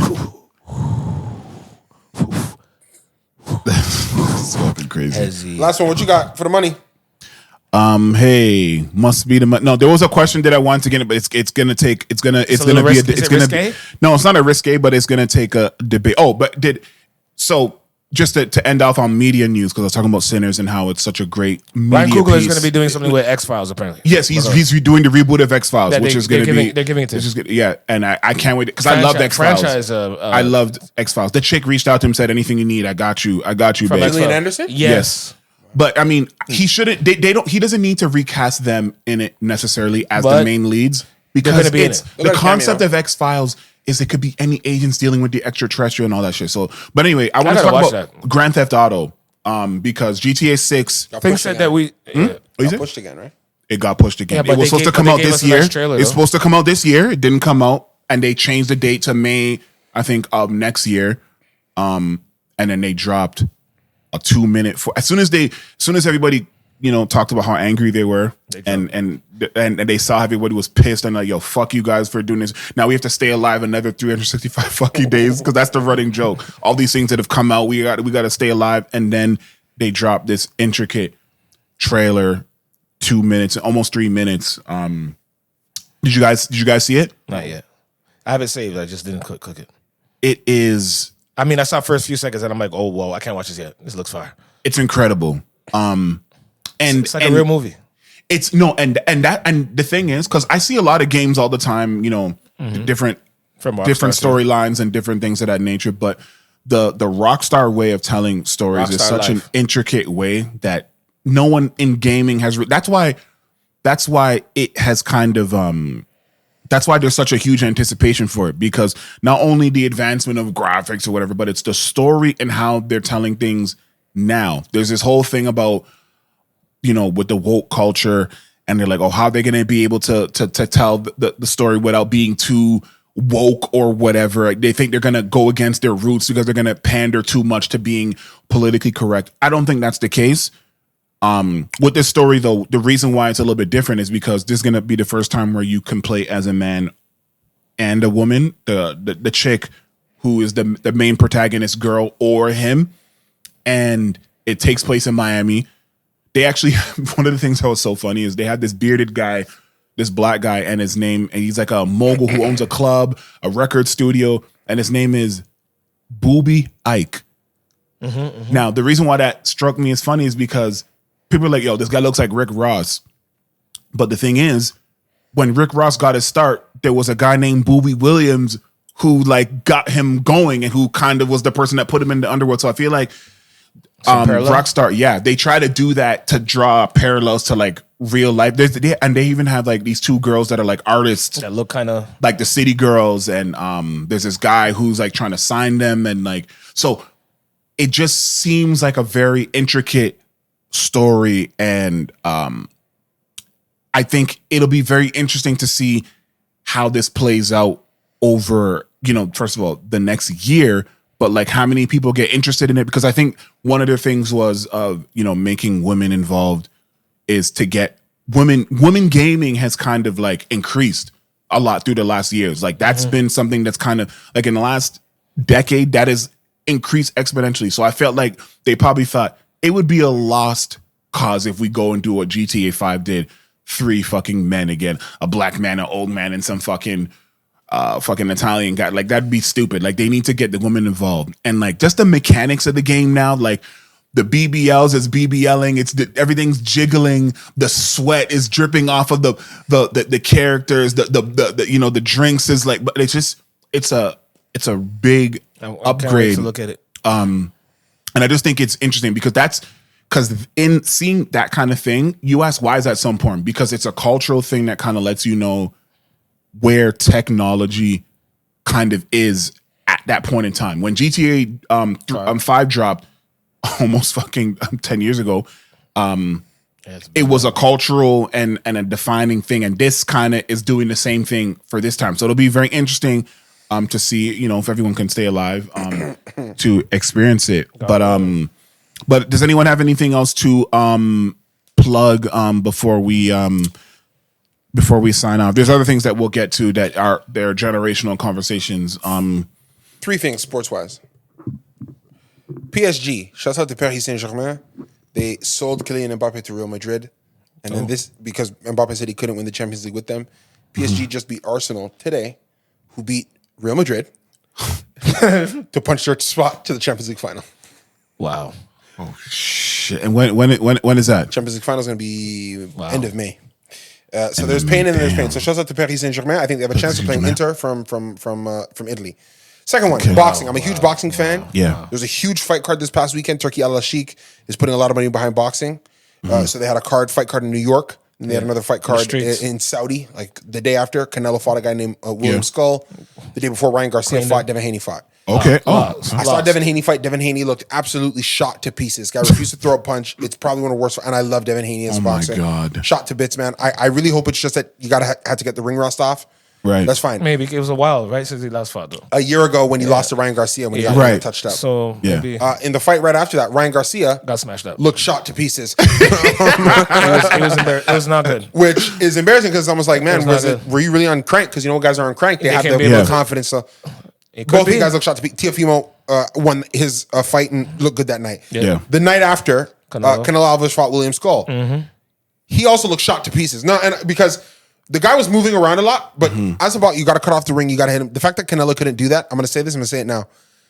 Terrence Crawford is going to shock the world in September and stop Canelo Alvarez. I know.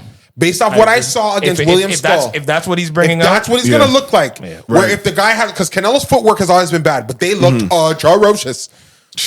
If he shows up in September and he brings that type of game plan. And to this guy. And especially after I started looking side by side, it looks like Terrence Crawford has slowly been putting on weight. He looks bigger. Terrence Crawford. I didn't see. When I say shock the world, they did a face. It's not gonna be like he'll fight and win because I think he shocks the world and stops it. Yeah, like he's gonna cram him to the ground. Those are my 3. That was kind of abrupt, but that is quite all right. Ladies and gentlemen, thank you for making it to this point in the show and taking the time out of your busy day to watch and ingest. You might want to sit down for this. At this point in time, I would like to also send another special shout out to the listeners, because we have just received word that we have officially crossed 5,000 downloads on You Might Want to Sit Down for This, the audio of the podcast. That is a very big deal for us, as we've been grinding hard to get into your ears and eyes, but very specifically those who ingest the audio. This is a milestone for us, and we would like to thank you from the bottom of our hearts. We understand that we're fighting with all forms of media, music, games, movies, your annoying ass family, your girlfriend, your abuelita, your mamacita, everybody in your life. So the fact that you've spent time with us to just listen to 3 men bark and yell and talk your ear off for an hour and a half, it is very appreciated, and it does not go unnoticed. Thank you. And we look forward to 10K and more and more. You little dirty. This concludes our broadcast day. You might want to sit down for this.